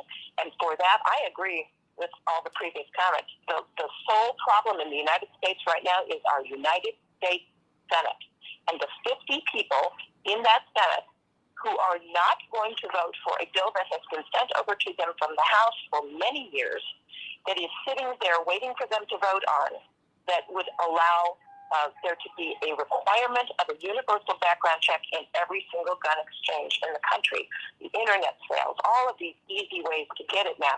Our country is unique in the world in doing that, and we allow massive, horrible weapons to be easily available here, all because of the political and money-driven influence of the gun lobby, for which we have some bought and paid for senators, mostly Republicans, but not all. Mm-hmm. And some of them are just bought and paid for by a gun industry that has been turning around and profiting billions and billions of dollars off of these gun sales. This is what is driving this. It's the laws, it's the gun industry, it's what we allow. And if we wanted to do one thing and one thing only, just this year, this fall in the election, it's to change the United States Senate, make nobody who has supported liberal gun laws and loose and lax gun laws, do not reelect any of them to the United States Senate. That is the problem. Get Mitch McConnell out of the Senate. He is a wholly owned subsidiary of the National Rifle Association. Mic drop on that. Jennifer Bishop Jenkins. And we're going to hear from you, Bill Jenkins, when we get on the other side. Professor Bill Jenkins from Dominican University. I urge you to get the book, What to Do When the Police Leave. Oh, CK, A Guide to the First Days After Traumatic Loss. You know, when I see the title, it just breaks my heart. These parents are having to submit DNA samples because their babies' bodies have been destroyed by these machines of death. Aren't you tired? Aren't you tired? Aren't you tired of the verbal violence, the spiritual violence, the physical violence, the gun violence, all of that has violence in common. Aren't you trying to move toward peace? All I'm saying is give peace a chance. Just try it. But before you can do that, you got to be peace. I'm Santita Jackson. Let's talk on the Santita Jackson Show. Back in just a minute.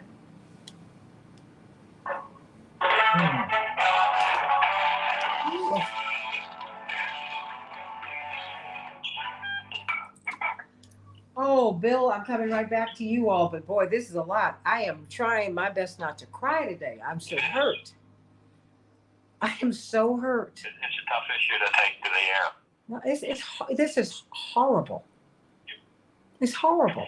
Yes. And I think about those parents today, and I'm so glad that you went to the spiritual side of this, Mark, because I said, I wanted to suggest that, I know that people have been saying that America's unique in terms of people possessing and having access to guns. It's not. I mean, there are so many countries where the people themselves are armed for purposes of mass defense. In Cuba, in Nicaragua, in many places where there have been revolutions. I mean, I went to Nicaragua when the Sandinistas, first took power. We visited a village called Ciudad Sandino, and an old woman pulled a rifle out from under her bed and said, if Mr. Reagan comes for us, I got this ready for him. And they didn't have mass killings. I mean, everybody was armed. Something special is going on in the U.S. Yeah. It's a culture of death. Well, there is some, it is a more complex issue than just one little thing will solve the problem. But the fact that a lot of the guns are actually made here, and so many of these firearms are shipped overseas, and then they're also looking for a local market as well. And we have 400 million guns in this country. We should be the safest country in the world if that's if guns made us safer. But they don't. they don't. But they don't. It starts with, but it's even beyond the guns. There's something going on with us, and I think we have to be honest about who we really are. Because we casually talk about, even as we've been talking about Ukraine. I've had people who've called in who have said, or who've sent me notes, all we have to do is take him out, take out Putin. I said, wait. What if someone said that about our president, whether you liked him or not? You don't casually kill somebody. You don't do that. And since this is supposed to be a democracy, we're not supposed to do things that way. What are you talking about? This is why the UN was created, so we could all sit down and have conversations about international issues.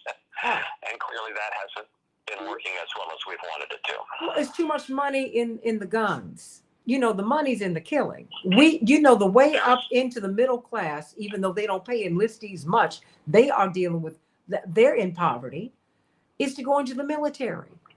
I'm not anti-military, buddy. My grandfather he was so proud of the fact that both of them were proud of the fact that they were veterans. My grandmother worked for the VA, and she was proud of that.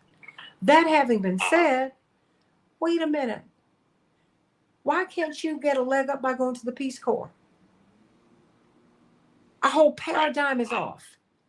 Everything we celebrate, I've got 1 minute piece, unfortunately. Oh, come on. Well, you know what? I tell you what, we'll never survive this. Because people in Buffalo are scared to send their children are scared to go to school today. No one's talking about that. This is going to wipe this off the headlines. No. People said, okay, I'm going to send my child to school Monday. This happened on Saturday. And then folks had to go get their children. They said, oh, my child's too traumatized to be in school today.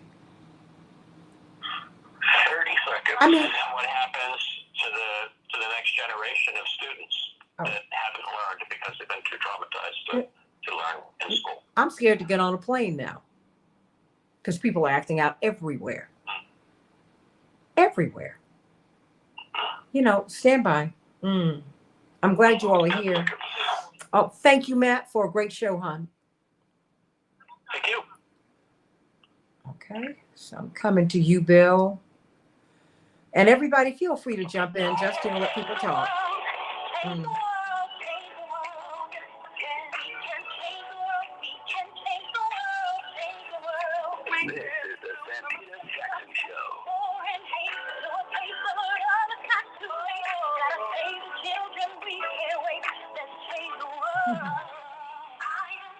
Boy, what a stirring conversation we're having about the violence in America, manifested by guns and manifested by these horrific murders. We had Sandy Hook.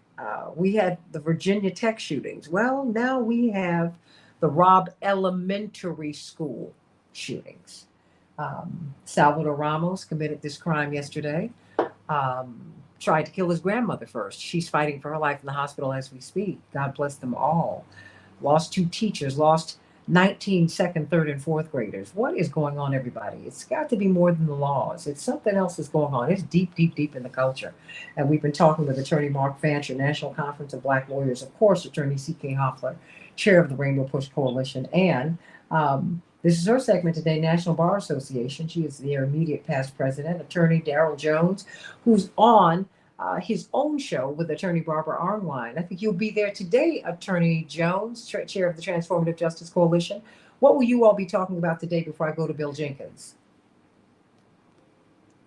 Oh, no, Santita, we're on Tuesdays. Oh, Tuesdays, wow. every Tuesday.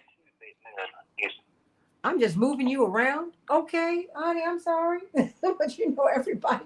But go to barbaraarnwine.com so that you can hear past shows, because they really, as you can hear, do brilliant work. And of course, we've been talking with Jennifer Bishop Jenkins, gun victim, family survivor, family. She lost multiple members of her family to gun violence. And we met her through the Brady campaign, where she was the National Program Director for Victims and Survivors. I'm going to go back to, and of course, Attorney Mark Fancher, always bringing us, putting God at the center of everything. Bill Jenkins, Associate Professor at Dominican University, author of What to Do When the Police Leave, a guide to the first days after traumatic loss. Talk to me. I mean, because this is a very different morning than these folks who got breakfast together for their children or just got them out to school. They did not think that today would be a day where they'd have to be turning over DNA samples. Oh, hallelujah, God bless them. Just when I think about it, it's devastating. It's just devastating. And I think about the people, we haven't even buried people in Buffalo yet, Bill Jenkins. We haven't gotten through those funerals yet. Orange County, in a church, after Bill Jenkins, what do you do when the police leave, when the cameras leave? I mean, what do you do? How have you carried on? First of all, initially, what do you do when all the attention is gone? What do you do? Well, you try to survive, and you use whatever resources you have available to yourself, either both internal resources and external resources. Unfortunately, we don't have as many of those resources readily available to us in many communities, especially in Eastern America. Oh, Bill, we're losing you. But Okay. I'm sorry. Oh, we're losing you. We got you. Okay, now we have you back. Okay. Am I back? Oh, you're back. Go on. Can you hear me now? Oh, we can hear you. Go on. Okay. Mm-hmm. It's like a bad cell phone commercial. I'm sorry. I'm kind of out in a rural area right now on a vacation, but Of course. And of course this interrupted it. But that's what happens. But a lot of services just aren't available for victim advocacy and for mental health. But the other thing that I think is really important, and I truly agree with what Mark said earlier about the spiritual nature of much of this, and the spiritual, it's kind of a spiritual bankruptcy in many cases. But, it doesn't do any good to have calluses on your knees unless you've got calluses on your hands, too. And we got to do the work. We got to do the voting. We got to push for voters. We got to make sure people are out there and they know not to vote for legislators at any level who are supported by the NRA and by the gun lobby that can find out where those donations come from through various sources on the internet. And when politicians say, well, we're offering thoughts and prayers, well, that's just like a doctor saying, well, I'm going to give you a lot of thoughts and prayers about that broken leg that you came into my office about.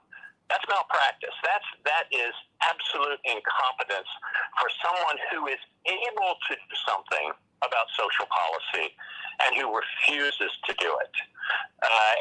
We got to get away from this. We've got to get politicians who are responsive to the needs of the people at all levels for all issues.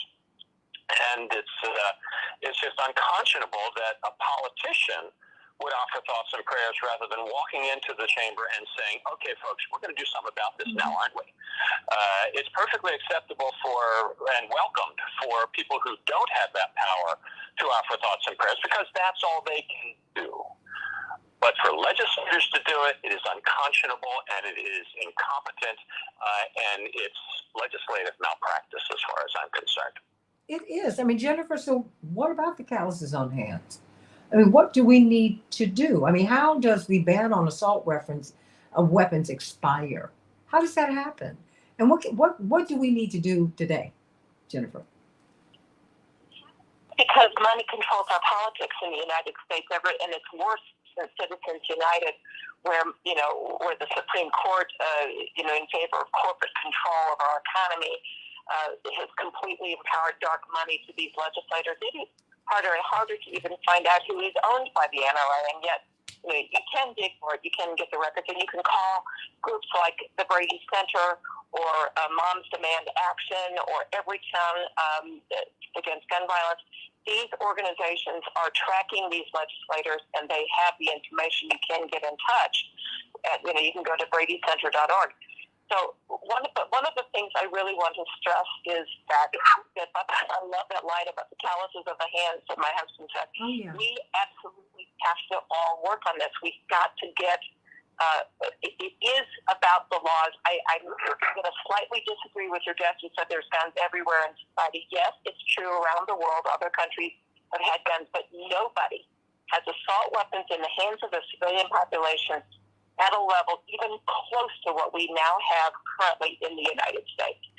And even, just regular rifles and handguns can be used in deadly ways, but they can't take out 20 people in a matter of minutes. It would take a lot more effort to be able to do that with a handgun. So I believe that a top priority has to be universal background checks and the banning, once again, of assault weapons, which were made legal through the money power that the gun industry has over our politicians. And one of the problems with the assault weapons is it's a great way for them to keep making new money because they can keep marketing. This one's a little more powerful than that other gun that you bought. And here's this fancy new one that can do this even more high-powered thing than what your last gun did. People who own guns tend to own multiple, and they keep wanting to buy the latest, newest, biggest, fanciest thing. It keeps driving more sales, and that's why they're doing it. And that empowers people to kill more and more people. The numbers of our mass shootings, the body count keeps getting bigger and bigger, and it's available to the most random people. This is not something that you have to go through specialized training to get or be involved in law enforcement or something. It's available to anybody. This guy on his 18th birthday walked in and just got these weapons of war. And immediately, look what he did. So, I mean, it is about the laws. It is about the guns. And we do need to take them away. These need to go away. Well, I do want, but if you don't mind, I'd like to jump back to Mark, because I too have seen people carry guns in other countries. There's something in the culture that's rotting here, Jennifer, because other peoples of the world don't function the way that we do. I hear you. I think that you've got a great point, but Mark, I want you to speak to, you all converse with each other. Go on, Mark and Jennifer. Yeah, very often when policymakers refer to quote-unquote other countries, in their minds they're thinking about other countries that sort of look like the U.S., white countries, very urbanized countries, that type of thing. But there's a whole other world out there. There are people in the Southern Hemisphere who are people of color who have suffered under imperialist domination, colonialism, and who, in their efforts to live a decent life, have had to fight back these forces of imperialism, very often in wars of liberation. And what that has involved very often is mass defense of their countries, where not just military personnel, but villagers, peasants, urban workers have had to be armed in order to fight these wars of liberation. And it is very much an aspect of life in these countries where everybody carries a gun, and not just a pistol or a hunting rifle, but very often military weapons, that maybe not as sophisticated as some of the assault rifles that are available now in Western countries, but weapons that do great damage. Children carry these things, in Cuba, in Nicaragua, in El Salvador, in various countries throughout Southern Africa where these wars have been fought. It is very much a feature of life in these societies where everybody carries a gun. But everybody, because of their spiritual orientation, their cultural orientation, their love for humanity, a set of principles that guide them in ways that are positive, don't use those weapons to engage in mass murder. They use them, they focus their war-like activities at their enemies, at their oppressors. They're very clear on this. And so, to say that just because we have access to weapons on a mass level is the reason for it, I think is not quite getting to the point. We have suffered something very serious in this society that has contributed to a spiritual death, a spiritual bankruptcy. And I honestly believe that even if you got rid of every gun in this country, and I don't want assault rifles available in this country because of the spiritual death that's present, but if you got rid of them, any of these people who are committing mass murder with assault rifles would find some other way to kill people. They would make bombs. They would go on mad slashing sprees. Getting rid of the guns, I want to get rid of them, but that's not going to solve the problem that plagues the United States of America. The United States of America is a sick country, a very sick country that is self-destructing as we watch. Well, and I agree with that. I'm a history teacher, but I have to tell you, we do actually have, I agree with you, a very powerfully, uniquely American history here ourselves. Other countries, but you named it. It's colonialism.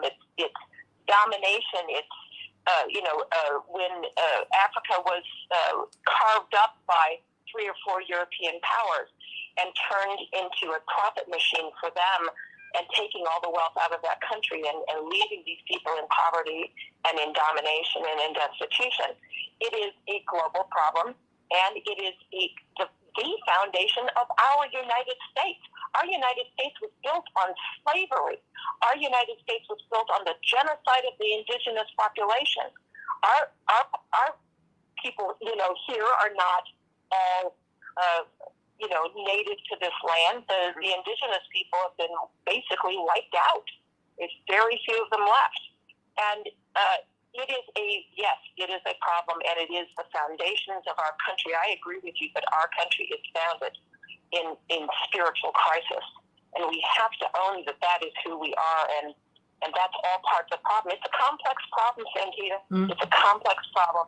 Oh, look, I agree. I agree. That's why I'm looking at now. We've got to acknowledge the spiritual crisis that we have, and we also at the same time have to get the calluses on hands, as Bill Jenkins just said. I urge you to get his book, What to Do When the Police Leave, A Guide to the First Days of Dramatic Loss. One of the things that I appreciate about you, Jennifer, and Bill, is that you've turned your pain, as Reverend Jackson says, into power. And you've been fighting for peace and love and healing ever since you suffered and have endured these incalculable losses.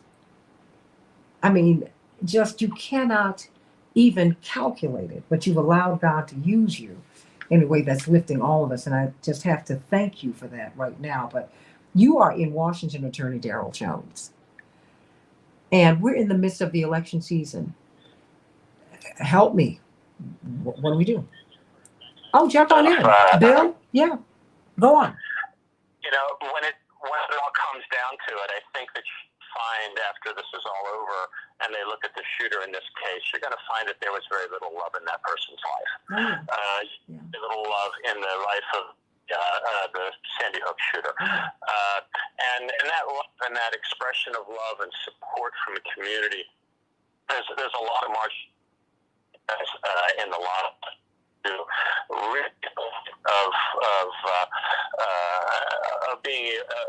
bringing themselves to kill other people, and oftentimes then themselves, so that there's that's the final last word.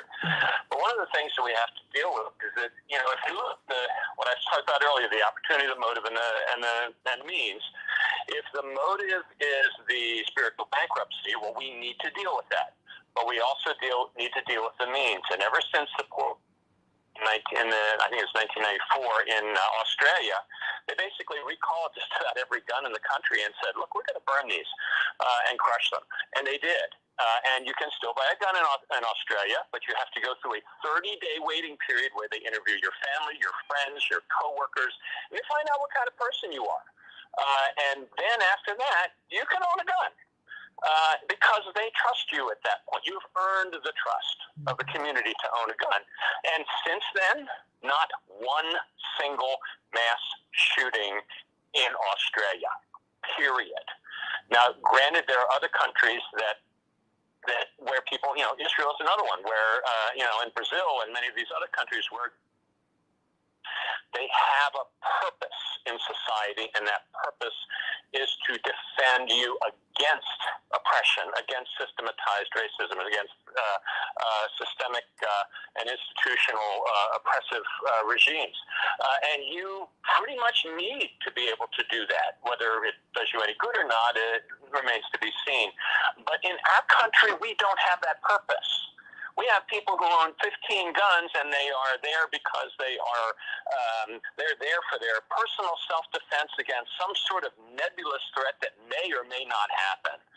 And when you've got something like that sitting around, it's like, well, what good's a gun if I don't get a chance to use it? And you go out to the range and you play with it. And your kids get access to it, and you become a casual gun user. And then you start losing track of things, and then you start treating it like it's not a deadly weapon. And your kids get a hold of it, and they play with it, or they take it to school. Think about that. I think that we need to think about that.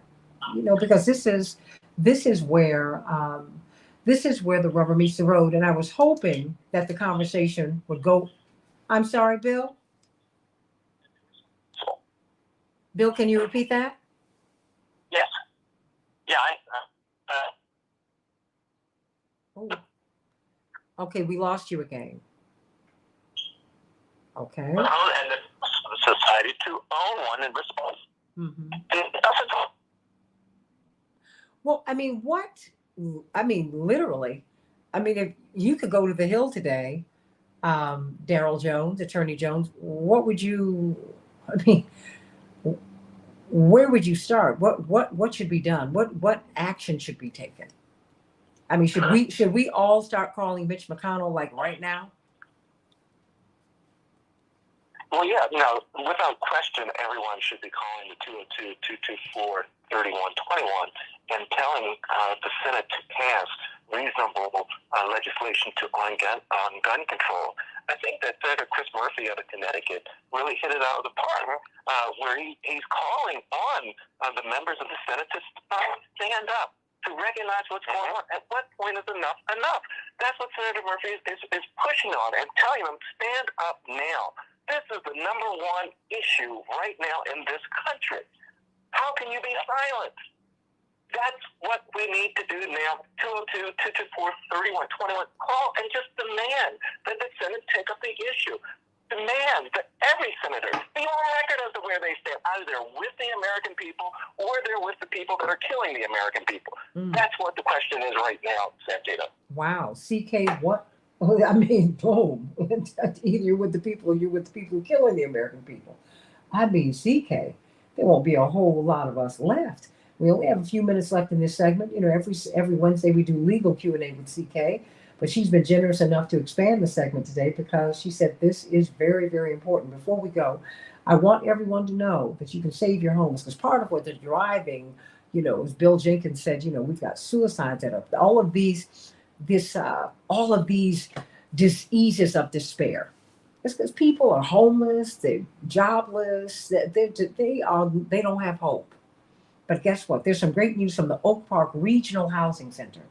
The Illinois Homeowner Assistance Fund is offering up to $30,000 of free money to pay your past due mortgage, property tax payments, or other housing costs if you're behind on all of these payments because of COVID-19.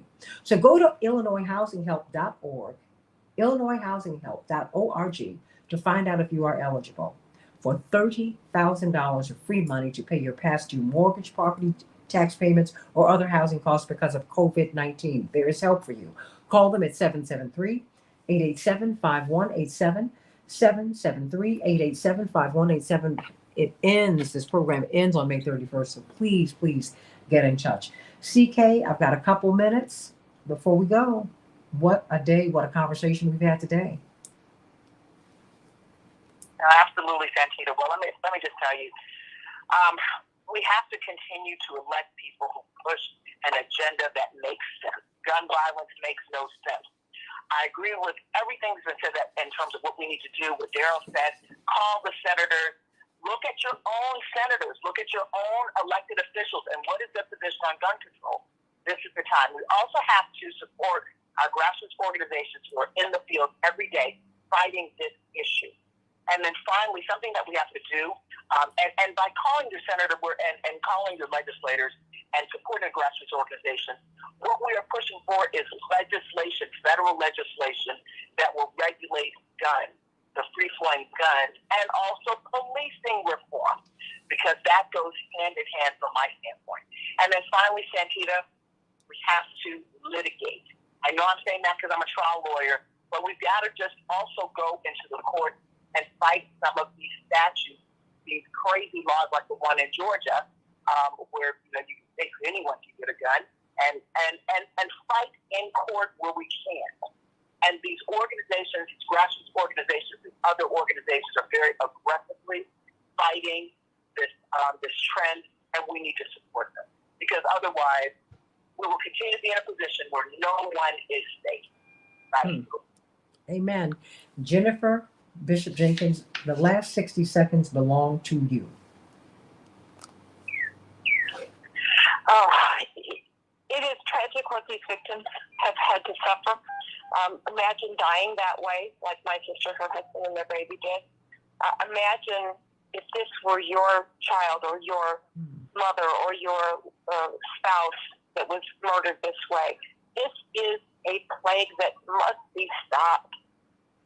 We can do this. We can change the law, just like Australia did. Australia saw the bad thing happening, and they said, God, we're going to do something about this. And they changed the laws, and it stopped it.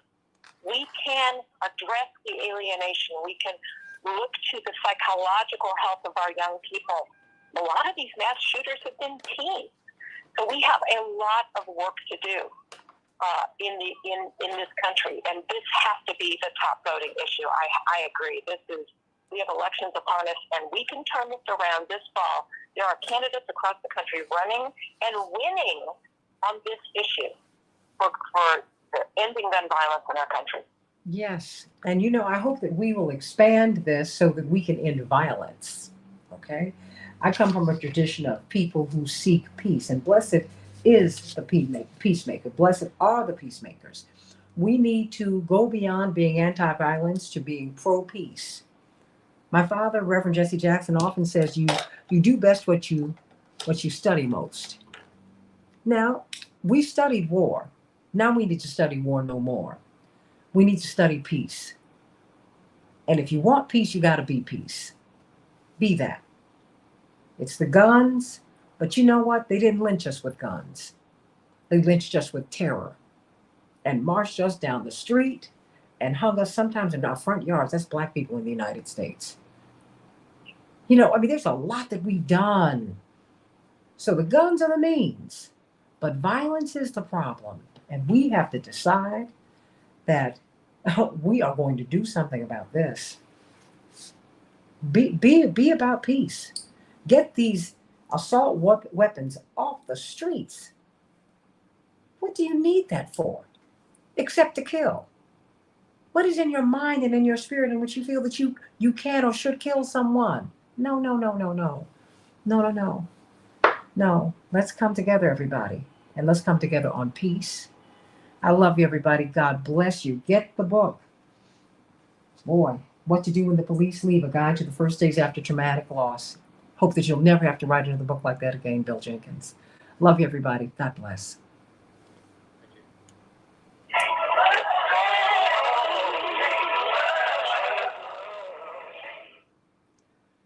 Wow. Oh, does anyone have anything else they want to say? I'm still on YouTube for a few more minutes. But I've really enjoyed watching you all engage. Listening to you, feeling you. Say whatever you need. I have been in this. I've been in this issue ever since my son was killed 25 years ago, and I am so impressed with not only the guests here that you have on, and all the folks that have been working on this issue lately. They're learning the talking points. They're finding out the information and they're connecting recommendations in ways that has never been done. And this movement is. It really is. Back when I started this, I started writing letters to the editor of the newspaper. I was the only one. Now I open the newspaper and I see dozens of people writing letters to the editor on this issue, and they know the talking points and they're getting it right, and they are engaged in this issue.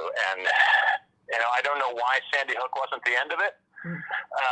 Apparently, it's got to be Sandy Hook plus another 18 kids being killed, but it's the movement is moving forward. Unfortunately, it's rolling on the wheels and rails of tragedy. Sadly, that is what happens. Does anyone, Attorney Jones, if you're there, Attorney Hoffler, Attorney Fancher, Jennifer, anyone have anything else they want to say? Is that CK? I'm going to have to run, but I just wanted to. Yeah, I'm going to have to run, but I did want to say that we need to take a page from other countries, from Australia, from some of the countries in Southern and Africa that have. I mean, I used to do a lot of work in Angola. Angola for 33 plus years had a civil war. Everybody was armed. The second person in charge of the U.S. Department at the Department of Justice in Angola also had been a guerrilla fighter, because they were in the midst of a civil war, but they don't have mass shooting problems like we do. So there's something that we can learn from other countries, and I sincerely hope we will. And I think we also must remember to remain in prayer. Remain in prayer. And then roll up our sleeves and get about the business of bringing about change in this area. Mark, are you still there? I want to agree with that 100%. And also, we've been making calls for politicians to show courage. I think all of us need to show courage in the most basic ways.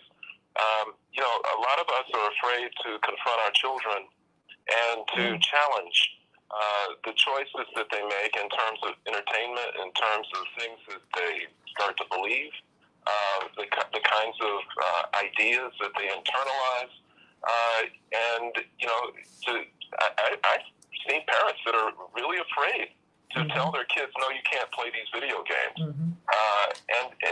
We've got to reorient our communities and our families away from these destructive, capitalist, satanic kinds of values that have been imposed on a society that's already sick. I think Jennifer outlined very well the tradition of violence that exists in this country, historically. I mean, it's founded on death and destruction and violence, and it only gets worse when it's brought down to the most basic and elemental levels, where children are engaging in it, in a vicarious kind of a way.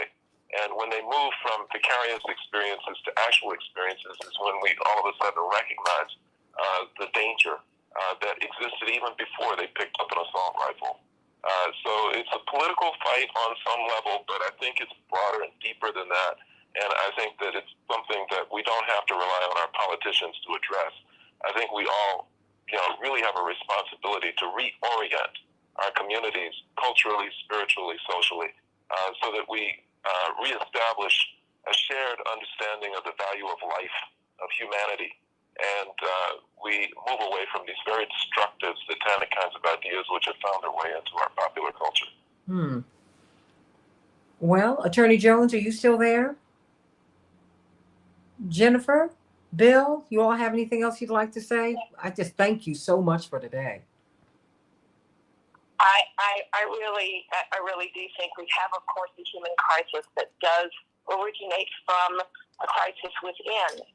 But I gotta say, you know, there's human crisis within all over the planet, and you don't see elementary schools get shot up, you know, just on a random day, taking out 21 people, 19 students, children, second, third, fourth graders, and their teachers. You know, Irma Garza, who was a fourth grade teacher who was last seen by police officers before she was shot by the killer, she was yesterday seen shielding the bodies of her second grade students where she took the bullets for them. We need to talk about what is enabling this level of violence. I think that it is kind of a matter of sort of like, what do we do first? What do we do second? What are our priorities?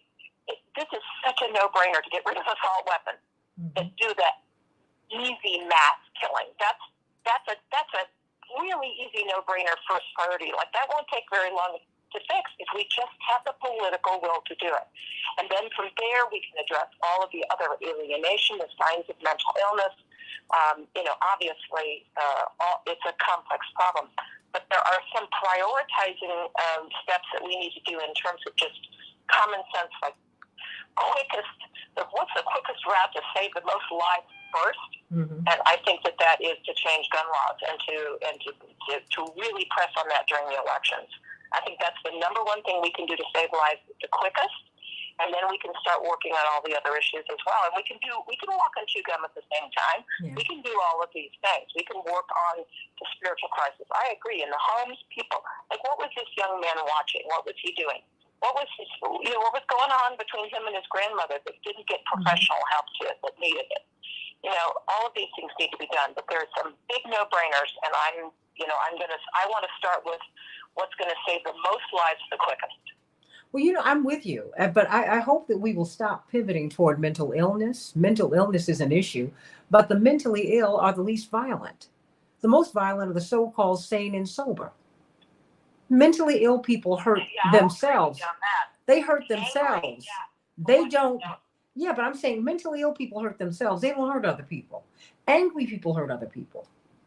And this young man, is angry. And somehow or another, people feel, and I was talking to a friend of mine who said, well, he was really saying that this guy became violent because, things are not going right in his life. I said, that does not give him the right to hurt anybody. It doesn't. So we've got to look at the spiritual crisis that we're in. We've got to do it. I mean, Dr. King was a politically minded and politically active man, but his mission was to deal with the spiritual crisis that we were in. The Southern Christian Leadership Conference, I keep telling people, their mission statement was to save the soul of America, not black, white, brown, yellow souls, bodies that are holding souls, but to save the soul of America. They knew we were sick. And so we have got to have some discussion. Stop weeping and crying and telling me that this is not who we are. Oh no, darling, this is who we are. Oh, it is who we are. Yes, that is the hardest point that everybody has to face. This is exactly who we are. Well, you know what, Jennifer, but it's not hard for me but I think as an African American who's been on the receiving end of this, I've said this often. I've said this so often. My father's mother, who would have been, had she lived a few more years, she would have been in her late 90s now. She would not look at Roots, and you could not mention Roots, the television show, to her. No, she said, first of all, do you know why I look this way? Why we all look this way? She says, do you think I want to be reminded of that? And what I could see, Black people get very anxious about being in areas where there are no other Black people because we feel like, my goodness, there could be danger. We don't like going into wooded areas, Jennifer and Bill. because it's almost like it's in your cellular memory, because you're like, wait a minute, this could turn left real fast, and I don't mean left-wing politics. This could get ugly, and I'm gonna get out of here. We're not around white people who get drunk because we don't know where that's gonna go. And I'm not being biased and prejudiced. Yeah. I'm just telling you, our lived experiences push us in a particular direction. It's hugely at the core of it. Well, yeah, but also, Jennifer, as a woman, there's certain positions we wouldn't put ourselves in when we went to parties, because you didn't want boys to misbehave, right?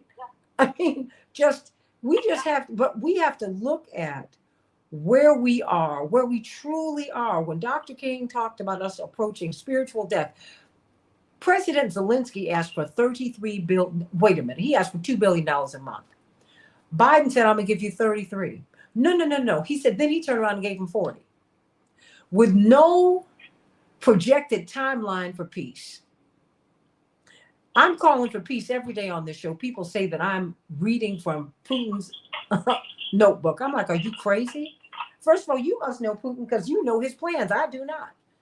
I just know I don't want any Ukrainian, Pole, Russian, or anybody to die before their time. I don't want that to happen. And so we give them money, no strings attached to peace. It's crazy how we do what we do. It's crazy. And then you're telling kids that we cannot feed them? Oh, come on. Come on, Bill.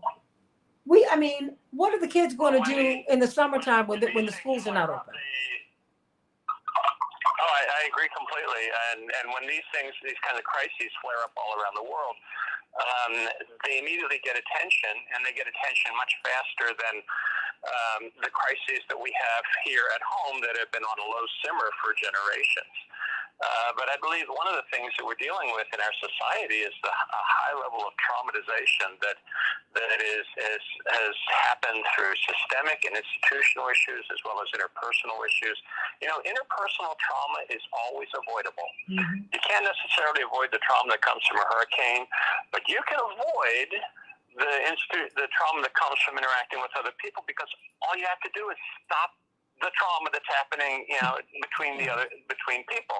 Stop the hurting, stop the violence, stop the domestic violence, stop the taking jobs away from people because you want to make more money by going overseas and abusing their populations and their environment.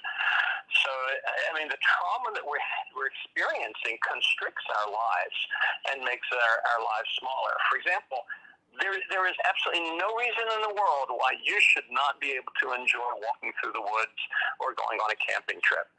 There's no reason in the world why any woman should not be able to go to a party and thoroughly enjoy herself freely without being concerned about being attacked on her way out. There's no reason in the world why people should constrict their lives and lose their freedoms to trauma and because of fear of and the distrust of other people, and this is something that we can continue to work on, but we need to talk about it, we need to confront it, and we need to address it on a daily basis.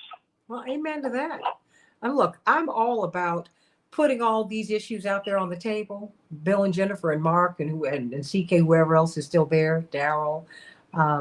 Because I think that's the only way we're going to get well. And I think that we are maturing so that we can have these discussions and say, hey, this has been my experience. This is what I see. I was at a meeting in New York, and just before the meeting started, it was with someone who was, very highly placed. She said, you know what, I want to sit down. And she said, I just want to share something with you.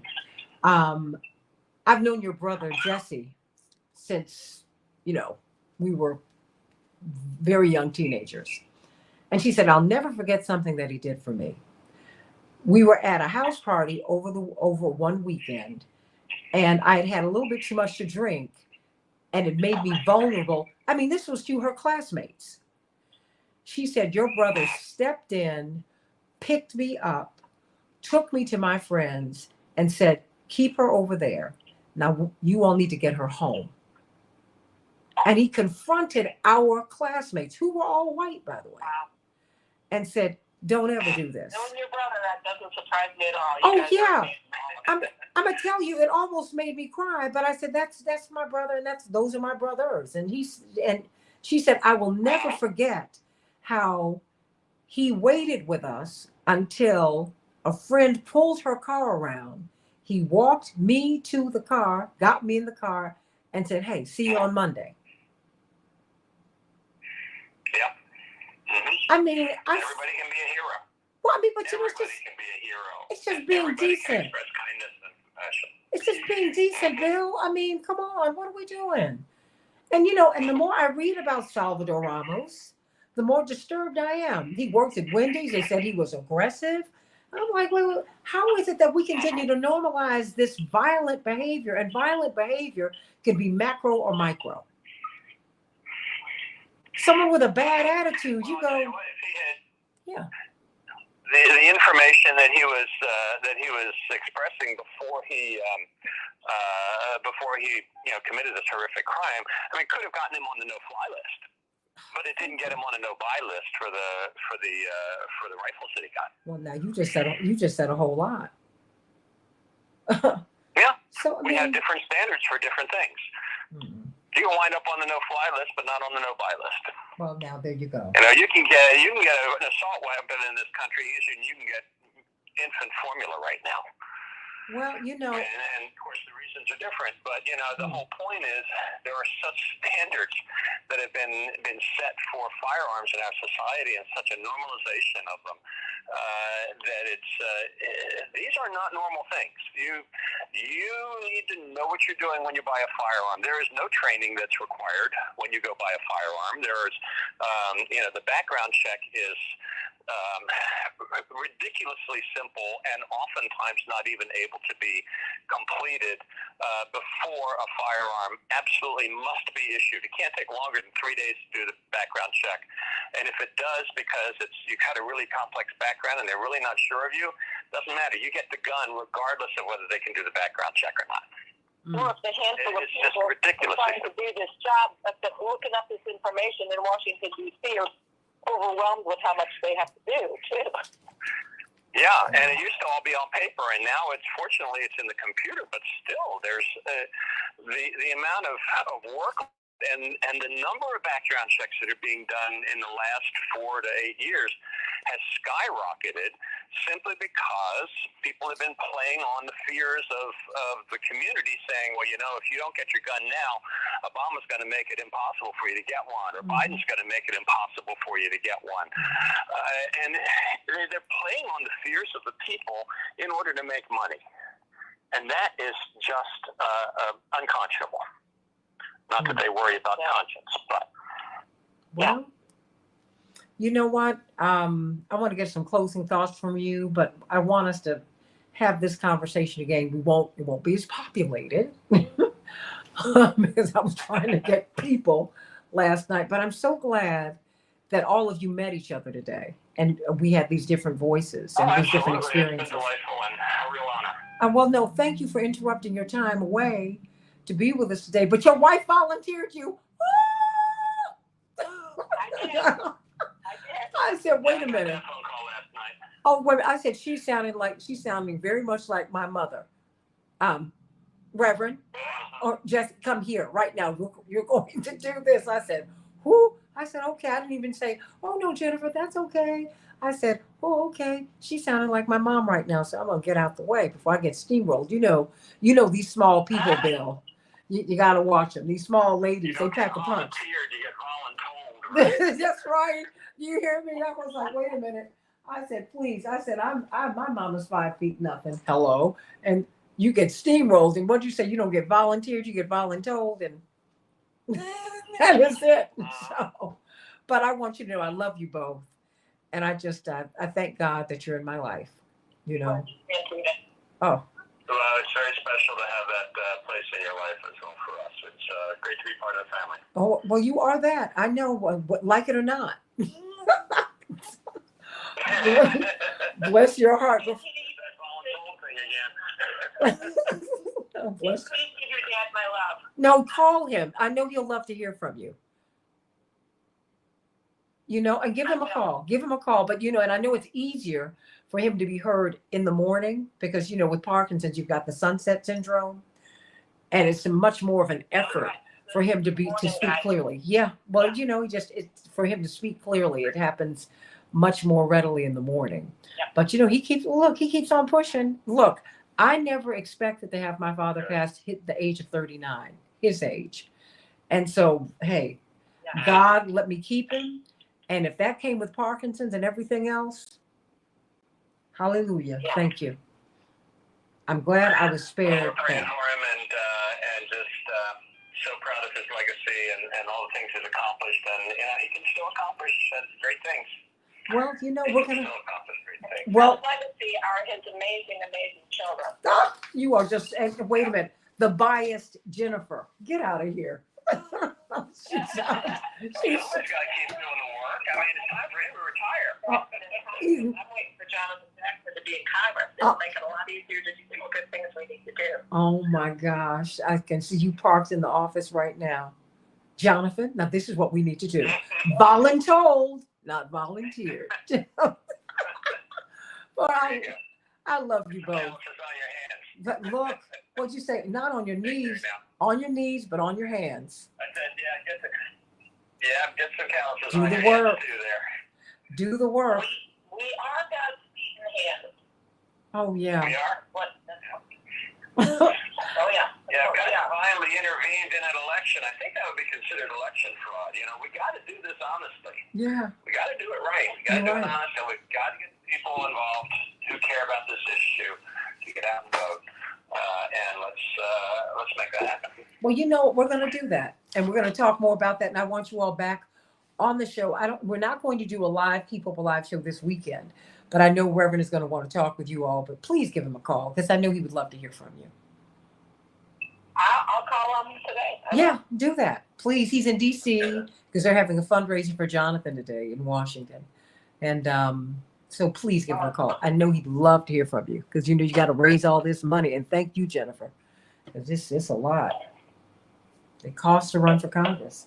I mean, this guy, Richard Irvin here, I was just reading in an article yesterday that he's gotten like more than $40 million to run for governor. $40 million. That they, from the gun industry.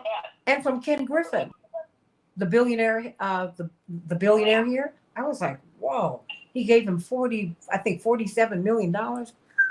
Whoa, that's a lot. It's a lot, but I love you. And there's only one reason people do that, is because they think this person is going to protect their interests. What? No. And it's worth that much money to them. Yeah, no. Okay. That's pretty scary. No, you better say that. I said $47 million. My eyes popped out of my head. I was like, whoa, what? Wow. Okay. But I mean, think Jay Pritzker spent more than $170 million. In return, you know that. Oh, yeah. But I mean, having your hands on the levers of power is a big deal. I mean, Pritzker spent more than $170 million running for governor. So it's like, whoa, what is going on here? And then you get upset when Stacey Abrams says, yeah, I've been broke. I'm like, I want someone broke running for office, please. But between Pritzker and Irvin for governor, there's very, very clear better choice there. Well, of course. He's going to do right on the gun issue. He's going to do right on social services. He's going to do right on, responsible, across the board societal management. Whereas, Irvin's got an extreme right wing agenda. He's a little scary. Well, yeah, girl, I'm not scared. I'm gonna keep getting people registered to vote. We're gonna keep on going. Ain't no fear in this. We just know what's up with this. Nobody's scared of anybody. We're like, you can have your agenda. I got mine. How about that? I hope that you go lunch one day soon, Santita. Well, you know what? Let's do it after the 28th, after the primary. Yeah. And you got it. Okay, let's do that. Because, July's my birthday month, so I'm like celebrating all summer. How about that? All right, July. Yes, honey. I'm celebrating all summer. Double and triple mass. Take care. I'm gonna get going. Love you. Thank you. Being with you today. Oh, Thank you so much. thank you. Thank you. God bless you. Love you. Bye-bye. Take care now. Bye. Bye-bye. And I love you, everybody. I love you. Hope that you all, hope this was a good show for you today. I fell asleep last night and I had to pull together a panel like in the middle of the night. Fortunately, everyone responded. And I hope that you got something good out of this today. Hope you got something good out of this. Of course, we'll be talking about this some more. And I just love you. I love you, Morning Stars. I hope you know that. Everybody like and share this show. Like and share. Thank you, Lorraine. Love you. Thank you, Jewel. God bless you. I'll see you tomorrow. And have a great day. Be safe. Be kind to each other and be kind to yourself. Love you.